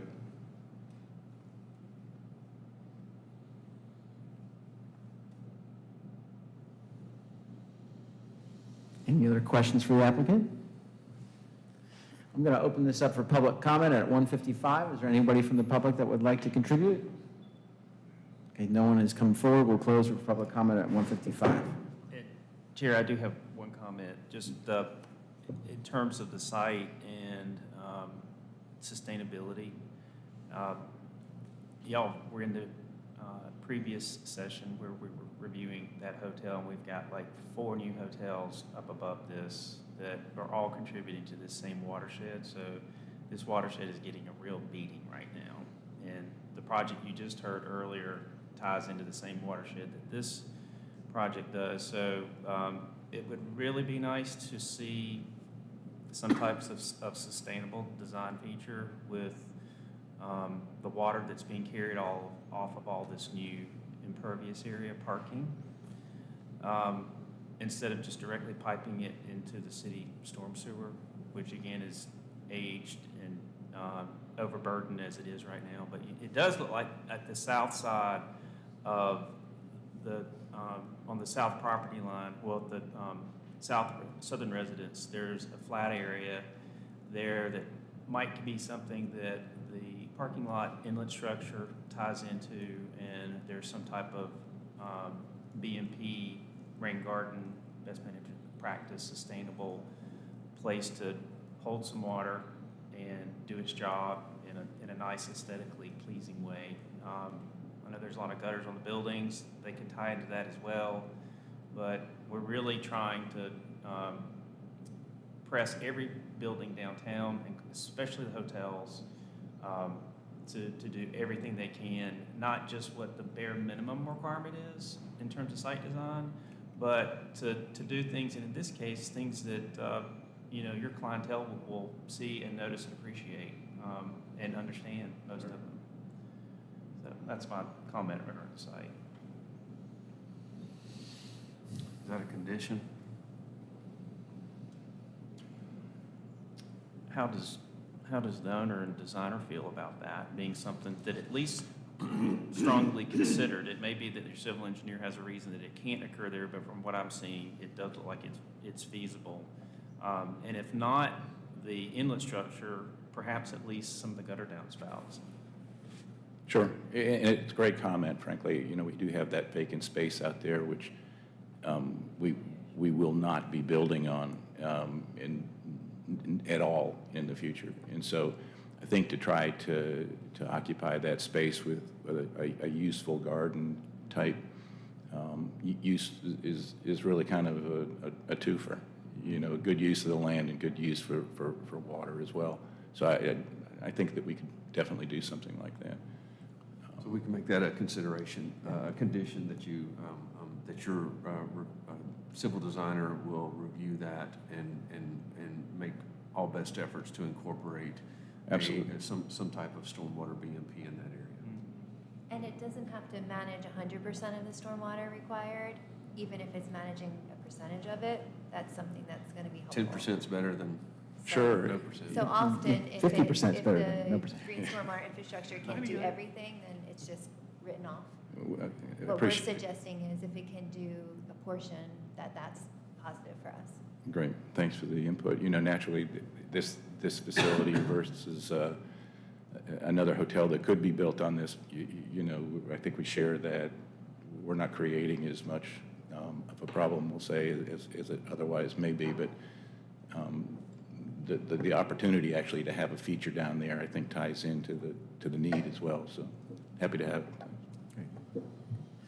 I would suggest that as we write the condition, we don't limit it to the landscape designer or the civil engineer, because there are things that can be done with stormwater within the building, right? Sure. So just to explore sustainable strategies at the site level and at the building level that, they may be able to reinforce each other. Thanks, Ricardo. Mark, go. Can I just embellish a little bit on this retaining wall in the front? It's not a condition, but it's a little bit funky. Are you all able to visualize that? It's in 2D. Feels like a trip hazard to me, man. Well, I guess the But sidewalks sloping down. That's not what we. Well, Well, and it's a retaining wall, and, you know, from the street all the way to almost the front porch, there's a series of different paving elements, and they're kind of like, and it is what it is. It's not good design or bad design. It's just potentially, if it's not done well, it could be very awkward. So I zoomed in on the picture, and I guess the foundation to that house is painted stone. It looks like it's been painted red. At first, it looked like it was brick, but my first thought was, well, maybe you make that retaining wall part of the foundation of the house. But I don't know what the answer is, other than it's kind of an awkward frontage to the building, and it's the pathway to the front steps, and I don't think you have your head wrapped around it yet, but I'd say pay a lot of attention to it, because to me, it's a pretty strong entrance design element there. Right, it's a good point, you know, and I think, There's a concrete wall here that's existing. And maybe it should just match that. That wall will be removed. It will be, that's on one, okay. but we may be able to match, to Michael's point, the barn stone of the house, kind of match that on the outside of that, you know. Certainly, job number one is get a level handicap parking level, right? But I do share Brian's position. It might be a trip hazard or a wheel hazard, however that's used. But I think, to your point, we can find some materials there that would tie it into the house a little bit better, certainly. You know, I would hate to see you, like, the porch rail and the stairs, the railing coming down the stairs are very authentic and very wood and kind of Victorian. And so I don't think you can put a rail there, you know, and do a Victorian rail there. So No. I don't think you want a rail. I think you want to deal with it with the masonry or whatever is at the base. Agreed, So, agreed, yeah. Thank you. And the rail to the handicap ramp has been minimized. If you're going to speak, we need you to speak into the, thank The you. rail to the handicap ramp has been minimized so that it doesn't compete or mimic the existing porch rails. It's just, That we was a just good want move. it to disappear. But I agree. I think we may not leave that red brick painted rock. I think we're not replacing the rock, but we might try and scrape some of that paint off of it. So, did you hand around the photographs?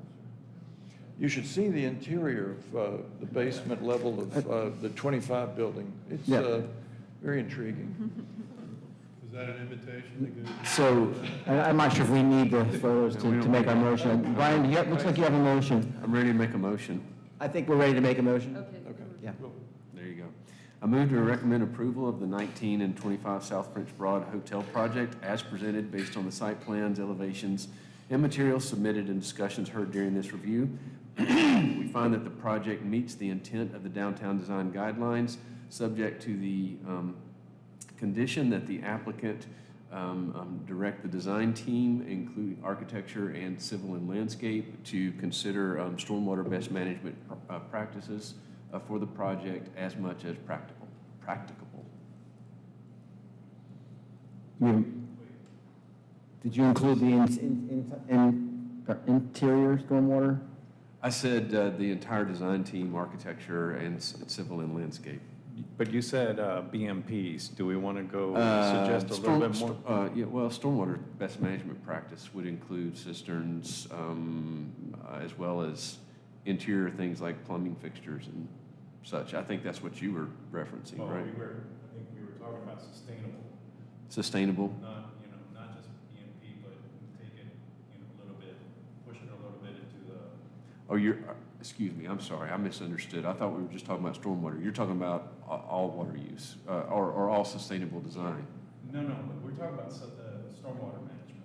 Okay.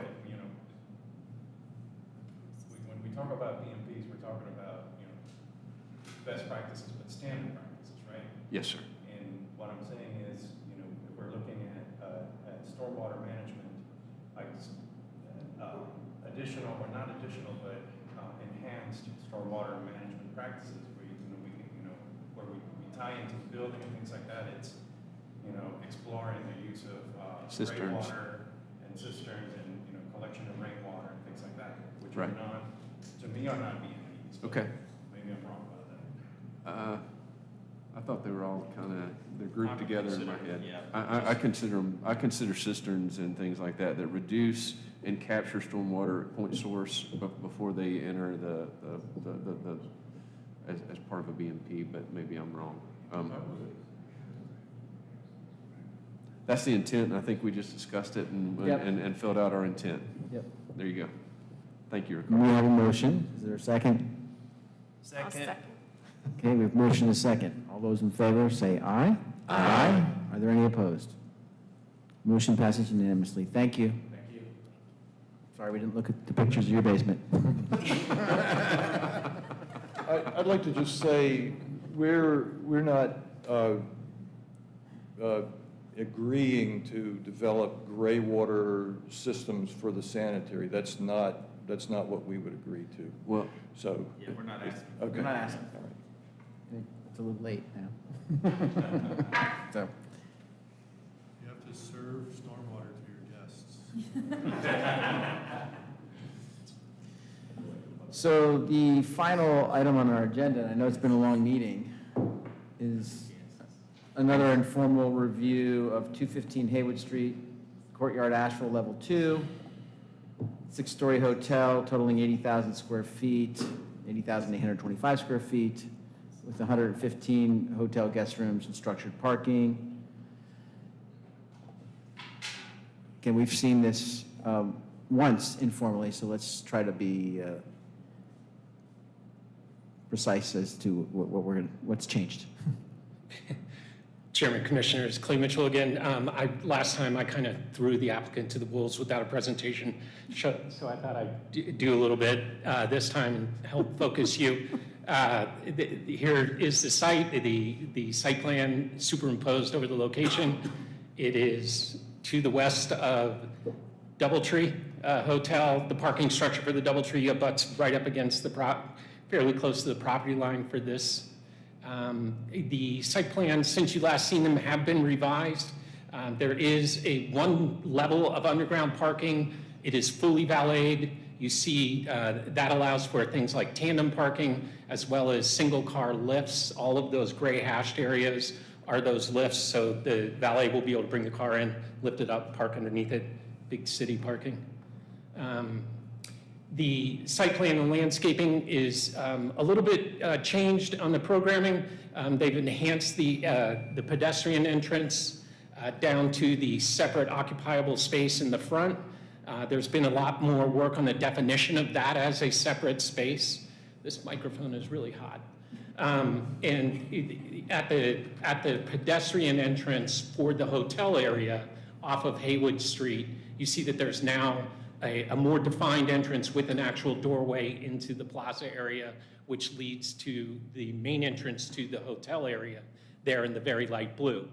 Immediately north of that light blue area in the vestibule is a public access elevator to the top floor for the restaurant and the terrace restaurant up there. So patrons who want to go directly that, who are not staying at the hotel, will be able to get entrance that way, similar to the way the Montfort rooftop deck is at the Doubletree Hotel. And then that separate occupiable space in the lower portion is a bistro with food service, and you can see that different from the first plan is a very defined delineation between the lobby and this space, and then this entrance in this little courtyard, or not really a courtyard. This is that area close up.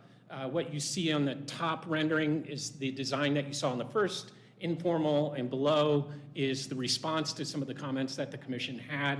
You can see the change in the materials in the street wall, as well as more definition in that pedestrian entryway for the bistro location. On the left, in both renderings, is the informal plans that you saw at your last meeting, and on the right are the revisions that have been made by the applicant team. One thing I can point out right here, this is actually a green roof on top of the parking structure in this back area, showing, just highlight that because it's one of the best views of it. And then here is the rendering looking at the building from the south, kind of the southeast of the building looking north. You can see here the change in the treatment and the colors in that middle section of the building, as well as the street wall as it fronts on Haywood. And then lastly, this is, the commission talked a lot about treatment of the entry, particularly the drive-in, and you can see the applicant has added some treatments here, as well as this entrance being more defined with an awning. That kind of summarizes the changes. The applicant is here. I'll get the renderings up for you. Is that entry into the building, or is it into? It appears to be a entryway into kind of that open, kind of, I don't know what you call it. Same as the last project. Yeah, it's Except what, where it has a it's door. what you're looking for in the last one. Except for it's a door, not a. It's a door, it's not a building. It is weird that it is a door, but Right. it's leading you from one outside space to another outside space.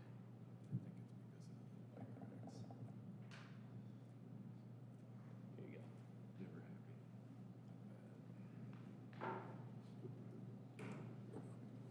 Good afternoon, everyone. My name is Chris Sandcooler. For those of you who've met me before, I'm an architect with Studio Z Architecture. We're a small firm based in Charlotte, North Carolina. Here in Asheville, we have one completed project, the Foundry Hotel, just down the street here. We're a small firm that specializes in prototype, boutique, custom hotels and general hospitality projects. I've been here before. I know I've talked to some of you guys. I'm happy to run through plans, exterior inspiration, where things came from. Or if, because I know you guys have been sitting here for a little while now, I'm happy just to take questions and kind of walk you through as we look at imagery, what's maybe changed or what you guys would like to see further changes to.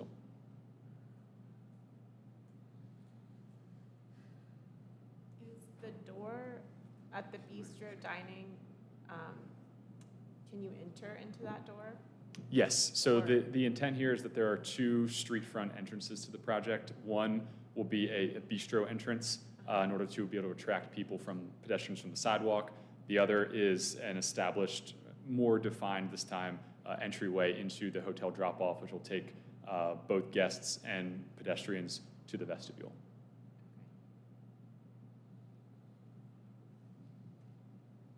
Yeah, it's interesting this project addresses that thing about pedestrian entrance on the street frontage. The process to go from the sidewalk into the hotel lobby is the same, but in this case, there's actually a door you walk through.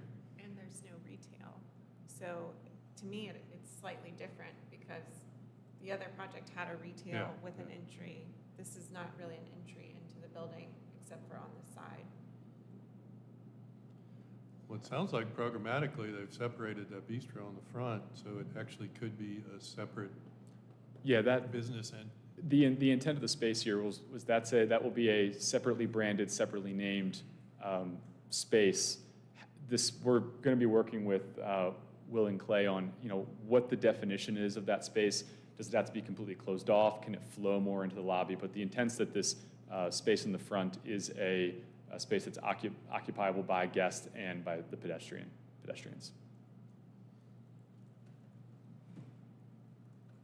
Can you go to your inspiration imagery page, A9100 or A900?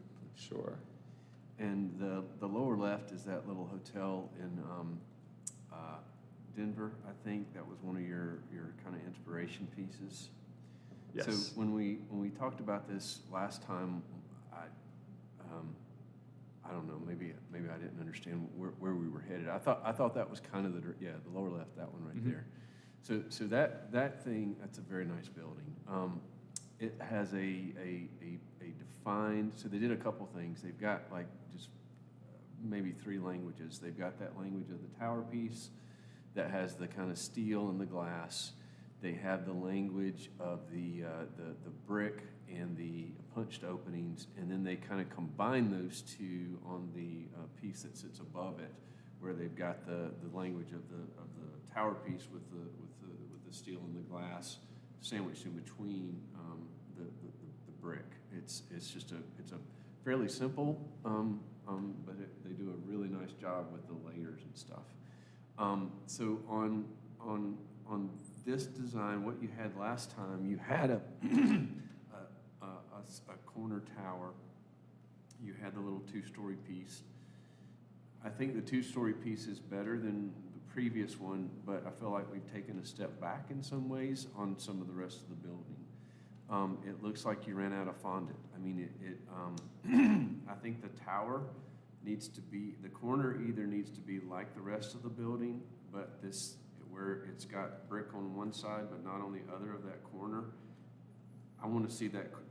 For me, knowing what it was and just seeing the difference in the fenestration, how the brick comes and starts to turn but then doesn't keep going, it's like the tower doesn't know what it wants to be, and I think it wants to be more special than it is. I think it can be a different language. And then as far as like the brick pieces, they just don't feel engaged with the building. It feels like you've got a gray building and then you've kind of pressed this on, and it goes back and forth on the language, and I can't tell. It just doesn't look engaged to me, and I think it could. I just assume you not have it and do something completely different as to do the layering. So again, looking at the imagery you were pulling out, I think you've got the Crest building, you've got the Jackson building, you've got the other hotel, not the Tempo Tribute, and you've got a Marriott, and that even in that Marriott imagery, you know, it's got the corners are more defined, and then those pieces, there's just at times it's like, so in all of these buildings, there's I understand the rules on, you know, okay, the corner is one thing, this is one thing, and this is one thing, but on this one, on what you've got now, the rules keep changing as I go around the building, and I just don't know what's going on. I don't know if I'm giving you enough solid stuff, but let me try to. So I think that two-story piece is much stronger. It could be more similar, but it can be different. I'm waiting to see what you do with some other pieces. That corner needs to either be its own thing or it needs to be incorporated into the building. And I think if you're going to do the brick, it needs to be brick up to the jambs of the windows, not the brick and then there's ephes, because now it just looks like you've got an ephes building and you kind of put some fondant on it, and I don't like it. I'll stop there. I agree. I think the brick is very thin. It does look like an ephes building with, and I see on the west side of the building, on the one-story piece that is up against a neighbor, that's shown as all brick. You can just, assuming brick is more money, just take the brick off that and move it over and run the brick all the way up to the top of the building. You're within like 4 feet of hitting the top of the building. Why not just continuing up? And to reinforce Brian's notion about the corner, the ephes kind of pops up on that southeast corner. Like it's a very kind of half-hearted gesture to say it's a corner tower. So yeah, I'd say find some brick elsewhere and put it back into the front in the corner and bring that brick all the way up to the top of the building so it actually looks like a brick building with inset ephes instead of the other way around. That makes any sense? No, that makes a lot of sense. I have a couple more comments. The entrance, the same corner, there's an entrance to that bistro space there. If you zoom in, yeah, that shot right there. In general, I have concerns about why not just put steps to the sidewalk instead of that rail?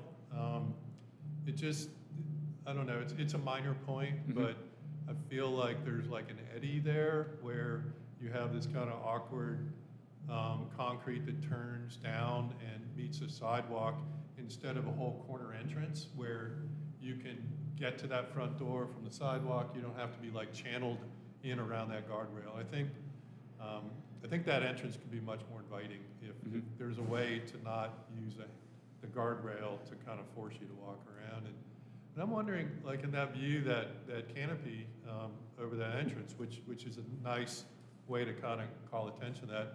What if you were to just raise it up about 2 feet and get rid of that like white band there? Because it seems like that white band, I'm not sure, it doesn't show up in a lot of other places, but right there, does that make sense? Yeah. That maybe you just lift that canopy up and then you get rid of that white band and get rid of one other material. Sure, and to address the entry here, you talked about the condition with the railing. In the past week or so, Tony and I have been working a lot on establishing the finished floor height of the building, and because of pretty sharp grading of the sidewalk, we're going to be lowering the finished floor down like roughly 1.5 feet. And what that will do is make that, take the finished floor, drop it down, and we'll actually have, I believe, 2 stairs or 3 stairs down into the building now. And that's going to help us with access to the true hotel entrance off of Haywood here. That'll help us with access at that point. And I have one personal thing about like storefronts. To me, if you're building kind of a brick framework, like implying there's a masonry structural grid and then you have openings, to me on a storefront, the storefront material should run down to the sidewalk instead of like having that 2-foot-high brick below the storefront, because then it goes from being a storefront to being a hole cut. I don't know, it's a minor thing, but sure. But to me, it's more authentic as a storefront if the storefront actually comes all the way down to the sidewalk. I think in our revision, we'll be able to address that. As we drop that down, the bottom of the storefronts can drop down, and we can even provide, it would have to be spandrel, but we can increase those storefronts and take them all the way down to approximately grade. We got a bit of an angle here. Does that change mean that your primary street entrance will not be accessible? It means, so we will be handling the accessible route to the building. Because the spaces connect, we'll be handling the primary accessible route through the more defined entry and then through the lobby into the bistro area.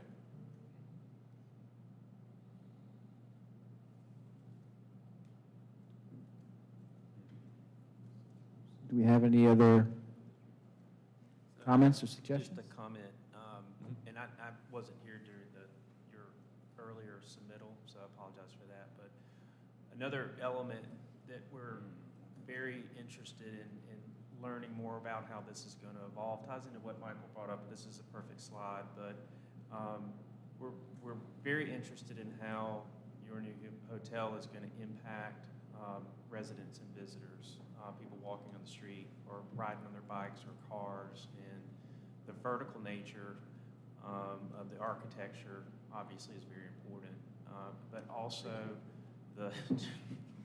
the treatment of like views like this, the sidewalk. We really strongly encourage you to explore creative and innovative design elements that make this feel like a special space and really identify this as a unique hotel. You know, the money spent on that kind of thing goes so far with attracting repeat visitors and photographs, and at the end of the day, more revenue for the owners. But we really would like to see something creative happening here in terms of how you articulate your vertical and horizontal elements in the streetscape. And again, that's really important. It's also important, make sure the 3Ds match up with what's kind of shown on the landscape plans in terms of trees and quantities. This is like turning into Hotel Alley up here. It's really amazing, and you're probably completely aware of the other hotels that are under consideration or have been approved right here. So have really been confronted with a lot of, I think, very helpful discussions with the projects that have come before this one, and a lot of, I think, very good outcomes. We are extremely concerned. I am extremely concerned on how we can follow the downtown design guidelines with these projects and develop unique and innovative ways to handle the stormwater that you're required to handle. And we do acknowledge that there's a green roof in a portion of the building that seems to be really benefiting those rooms or spaces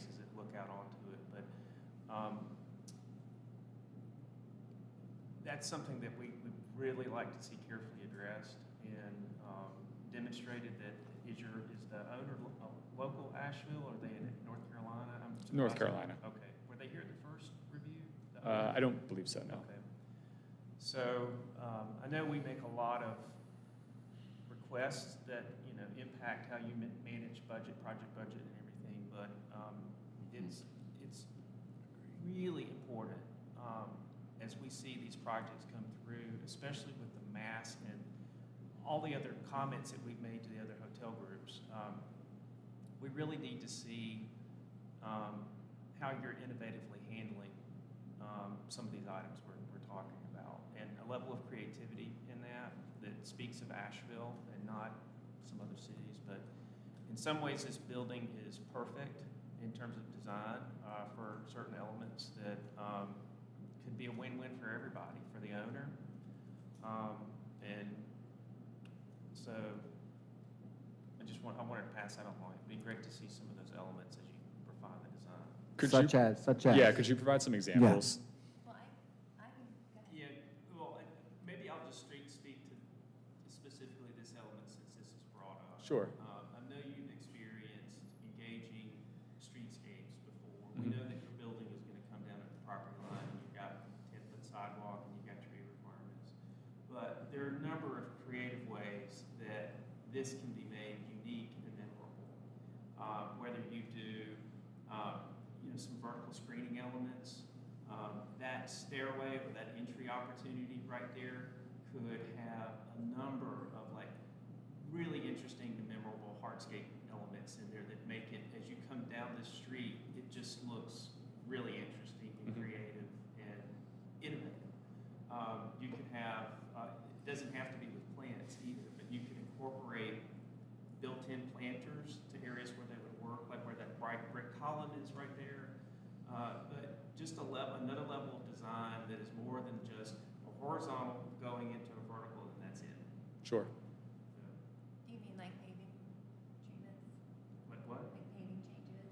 Paving changes, like on the first project we saw today, using some pavers in addition to the concrete patterns that can further announce in a better way that whole entry area right there.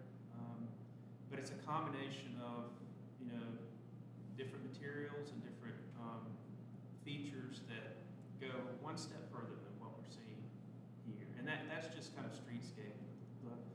The environmental component is the one thing that really impacts all of us here. And we really have to see a strong effort that goes into making that. And that's part of why this committee is here, to try to help encourage hoteliers to not just build beautiful buildings, but also not create additional burdens that if the developer were to go beyond what's required, it can make a huge impact on your impact with our infrastructure. And maybe you can expand on that. So I think what Stephen's talking about is mostly stormwater, but just so you know, I haven't met you before. Thank you for the presentation, and I really love the building and all the work that I'm seeing. So we're seeing a lot more development in Asheville, downtown in particular, hotels. And so what we're looking for is not just a successful hotel for your client, but that our community is also getting something in return, and as Stephen alluded to, not unnecessarily burdened by this investment. And so in downtown, we have a lot of impervious surface, and we have little bits of pervious surface. And I agree that downtowns should not be suburban landscapes or suburban development. But what that means is thinking about how we develop a little bit differently. So I saw the green roof on the back of the project, and I think that's a nice gesture. I'm not really sure what the intent is, but what I would say is that I think your client would be better served by actually covering the majority of the upper roof with the green roof, or even if you go to the cover slide of your drawings. So you see that first, the first building, I guess it's 3 floors or something, in that white TPO or Sure. white membrane roof. So I was just in a hospital for like a month visiting people, and I saw so many roofs like this, looking out over it, which is what all those hotel rooms are gonna be looking out over. And I'll tell you, they do not stay white and pristine. They get really stained and dirty, and even when they're not, the glare is intense. So it's not actually a nice feature. But by covering it with a green roof, so not only do you improve the quality for your hotel guests, maybe charge them more, our community gets a benefit in terms of like a lot less stormwater going into our aging infrastructure. Your client gets 2 to 3 times the lifespan of their roofing, so they're gonna save money in the long term. Our community is gonna get immediate benefit on day one. So thinking about green roofs not just as this amenity or this decoration, but as infrastructure. Sure. And they are proven to deliver in that way. And so by incorporating one on the upper roof, you could do that in a very affordable way, probably at the same cost that you would do one at a lower roof, where you don't have to worry so much about the aesthetic requirements. And you could be delivering economic benefit to your client. We as a community are going to get tremendous benefit from not just managing the additional stormwater that I think there's like an increase in 20%. We'd be getting Action, I think, from local citizens would be tremendous, but also the value in terms of additional income potential for the sale of the rooms. We're fortunate that we know what things look like outside the Aloft Hotel downtown here, where rooms look out over an incredible green roof, and those are premium rooms. But not only that, but offices downtown that get to look down on top of that. We see this, the citizens of Asheville see these beautiful spaces, and we're just asking that a couple of things. One, please make sure you're informing, as a designer, you're informing your client of the benefits of this, of enhanced streetscapes, and enhanced stormwater management techniques that get our entire community excited, and help them understand all the benefits, not just in terms of the environment, but in terms of economics. And it's just something we would really like you to strongly to consider. No, understood. Our firm is very aware of the impact that these buildings have on urban environments and cities, and it's a conversation we will obviously have with our clients, and I wish I could make the decision, but we hear you, and we'll have the conversation. And at a minimum, I don't know if this thing's working, but understand on the rear why you're doing it, 'cause all these hotel rooms look down on it, but the front, like Kate said, it's a no-brainer. I mean, for the same benefit, even if it's just self-interest, I think that would be a more pleasant day for all the rooms to look down on the top of that. Yeah, for transparency, I'll say that green roof in the rear of the building was recommended by the hotel brand.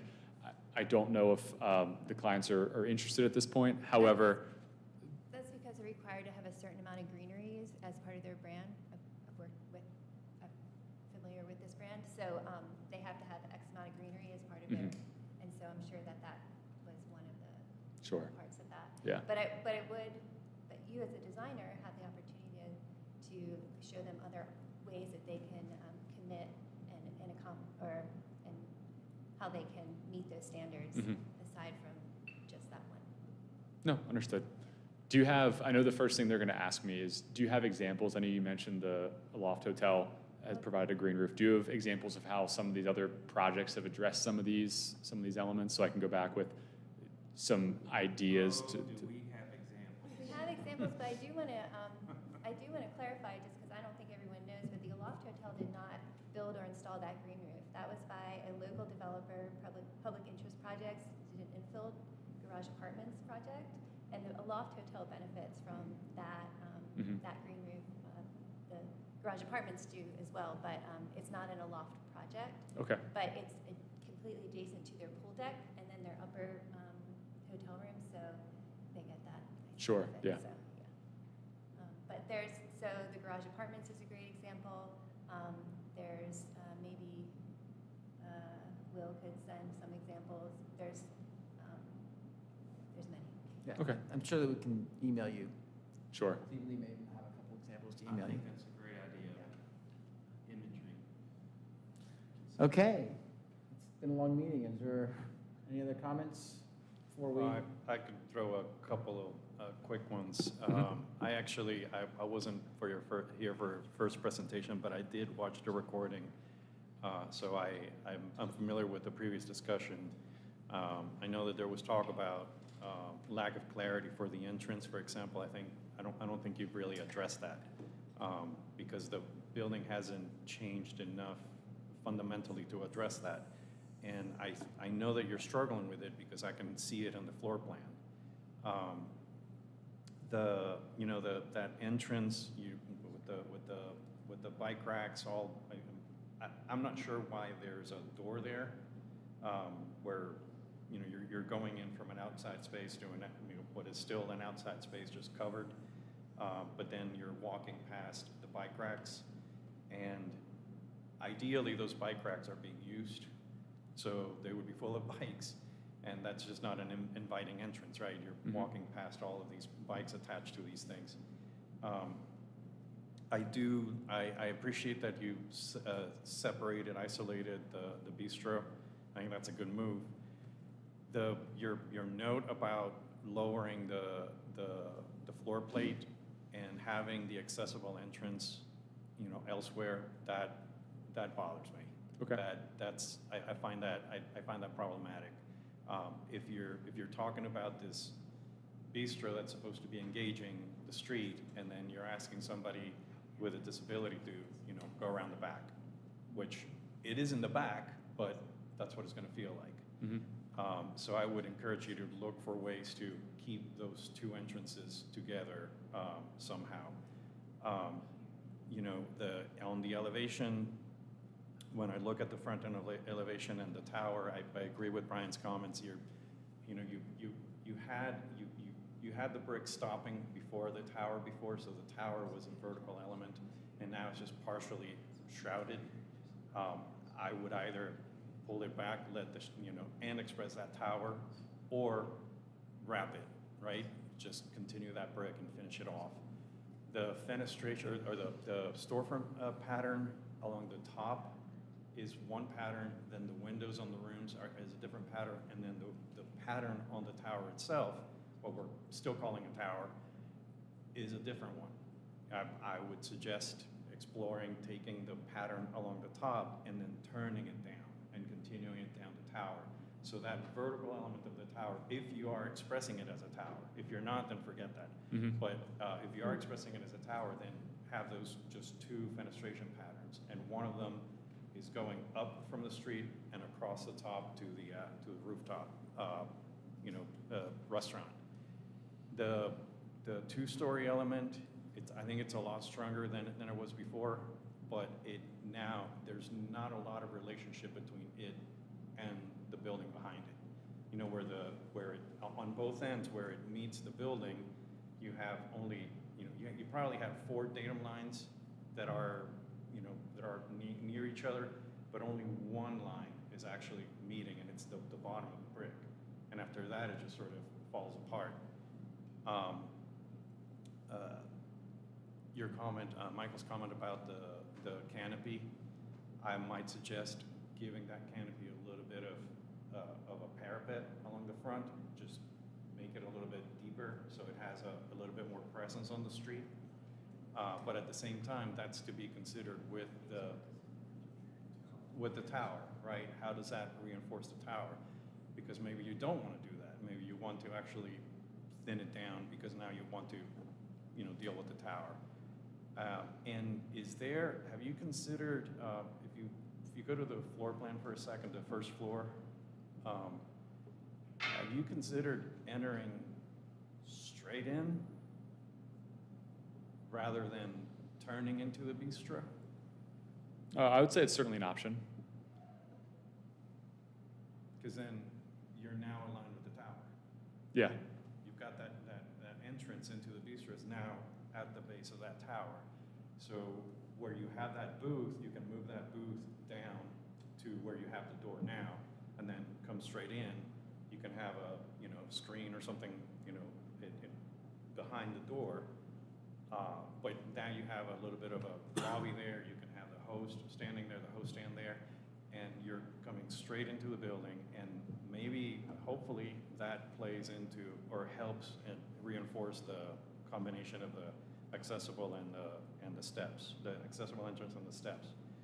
And then as a suggestion, the elevator that goes up to the roof, looks like that's just going to the roof and then to the fitness center. I believe just the roof, and then North Carolina Building Code requires a stop every 30 feet. So there's an intermediate area where we have to let people out, essentially, or provide access in case someone's stuck. I would suggest exploring turning it 90 degrees and then having 2 doors on it. Mm-hmm. Because then you can still control access, security and all of that, and then you would be aligned with the elevator law behind it.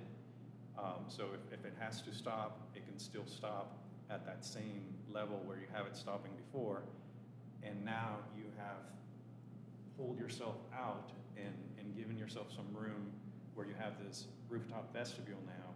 Maybe that can become one vestibule with the vestibule into the hotel, vestibule into the rooftop, and maybe that uncorks things a little bit for you to move the bike racks. Sure. Yeah. That's essentially how it was originally designed, and then Marriott got involved and they wanted certain things, and we have like four or five clients. It's trying to like adjust things. So, but no, it's a good point. I think I agree.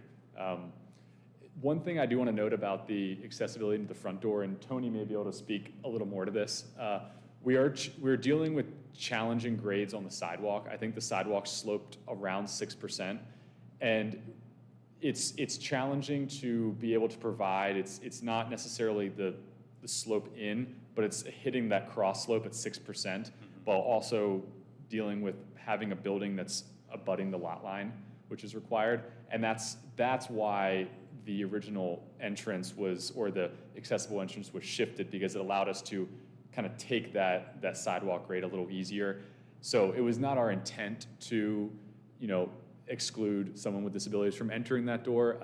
That was the kind of the existing condition scenario that we were dealt there without significantly pushing the footprint in the building back.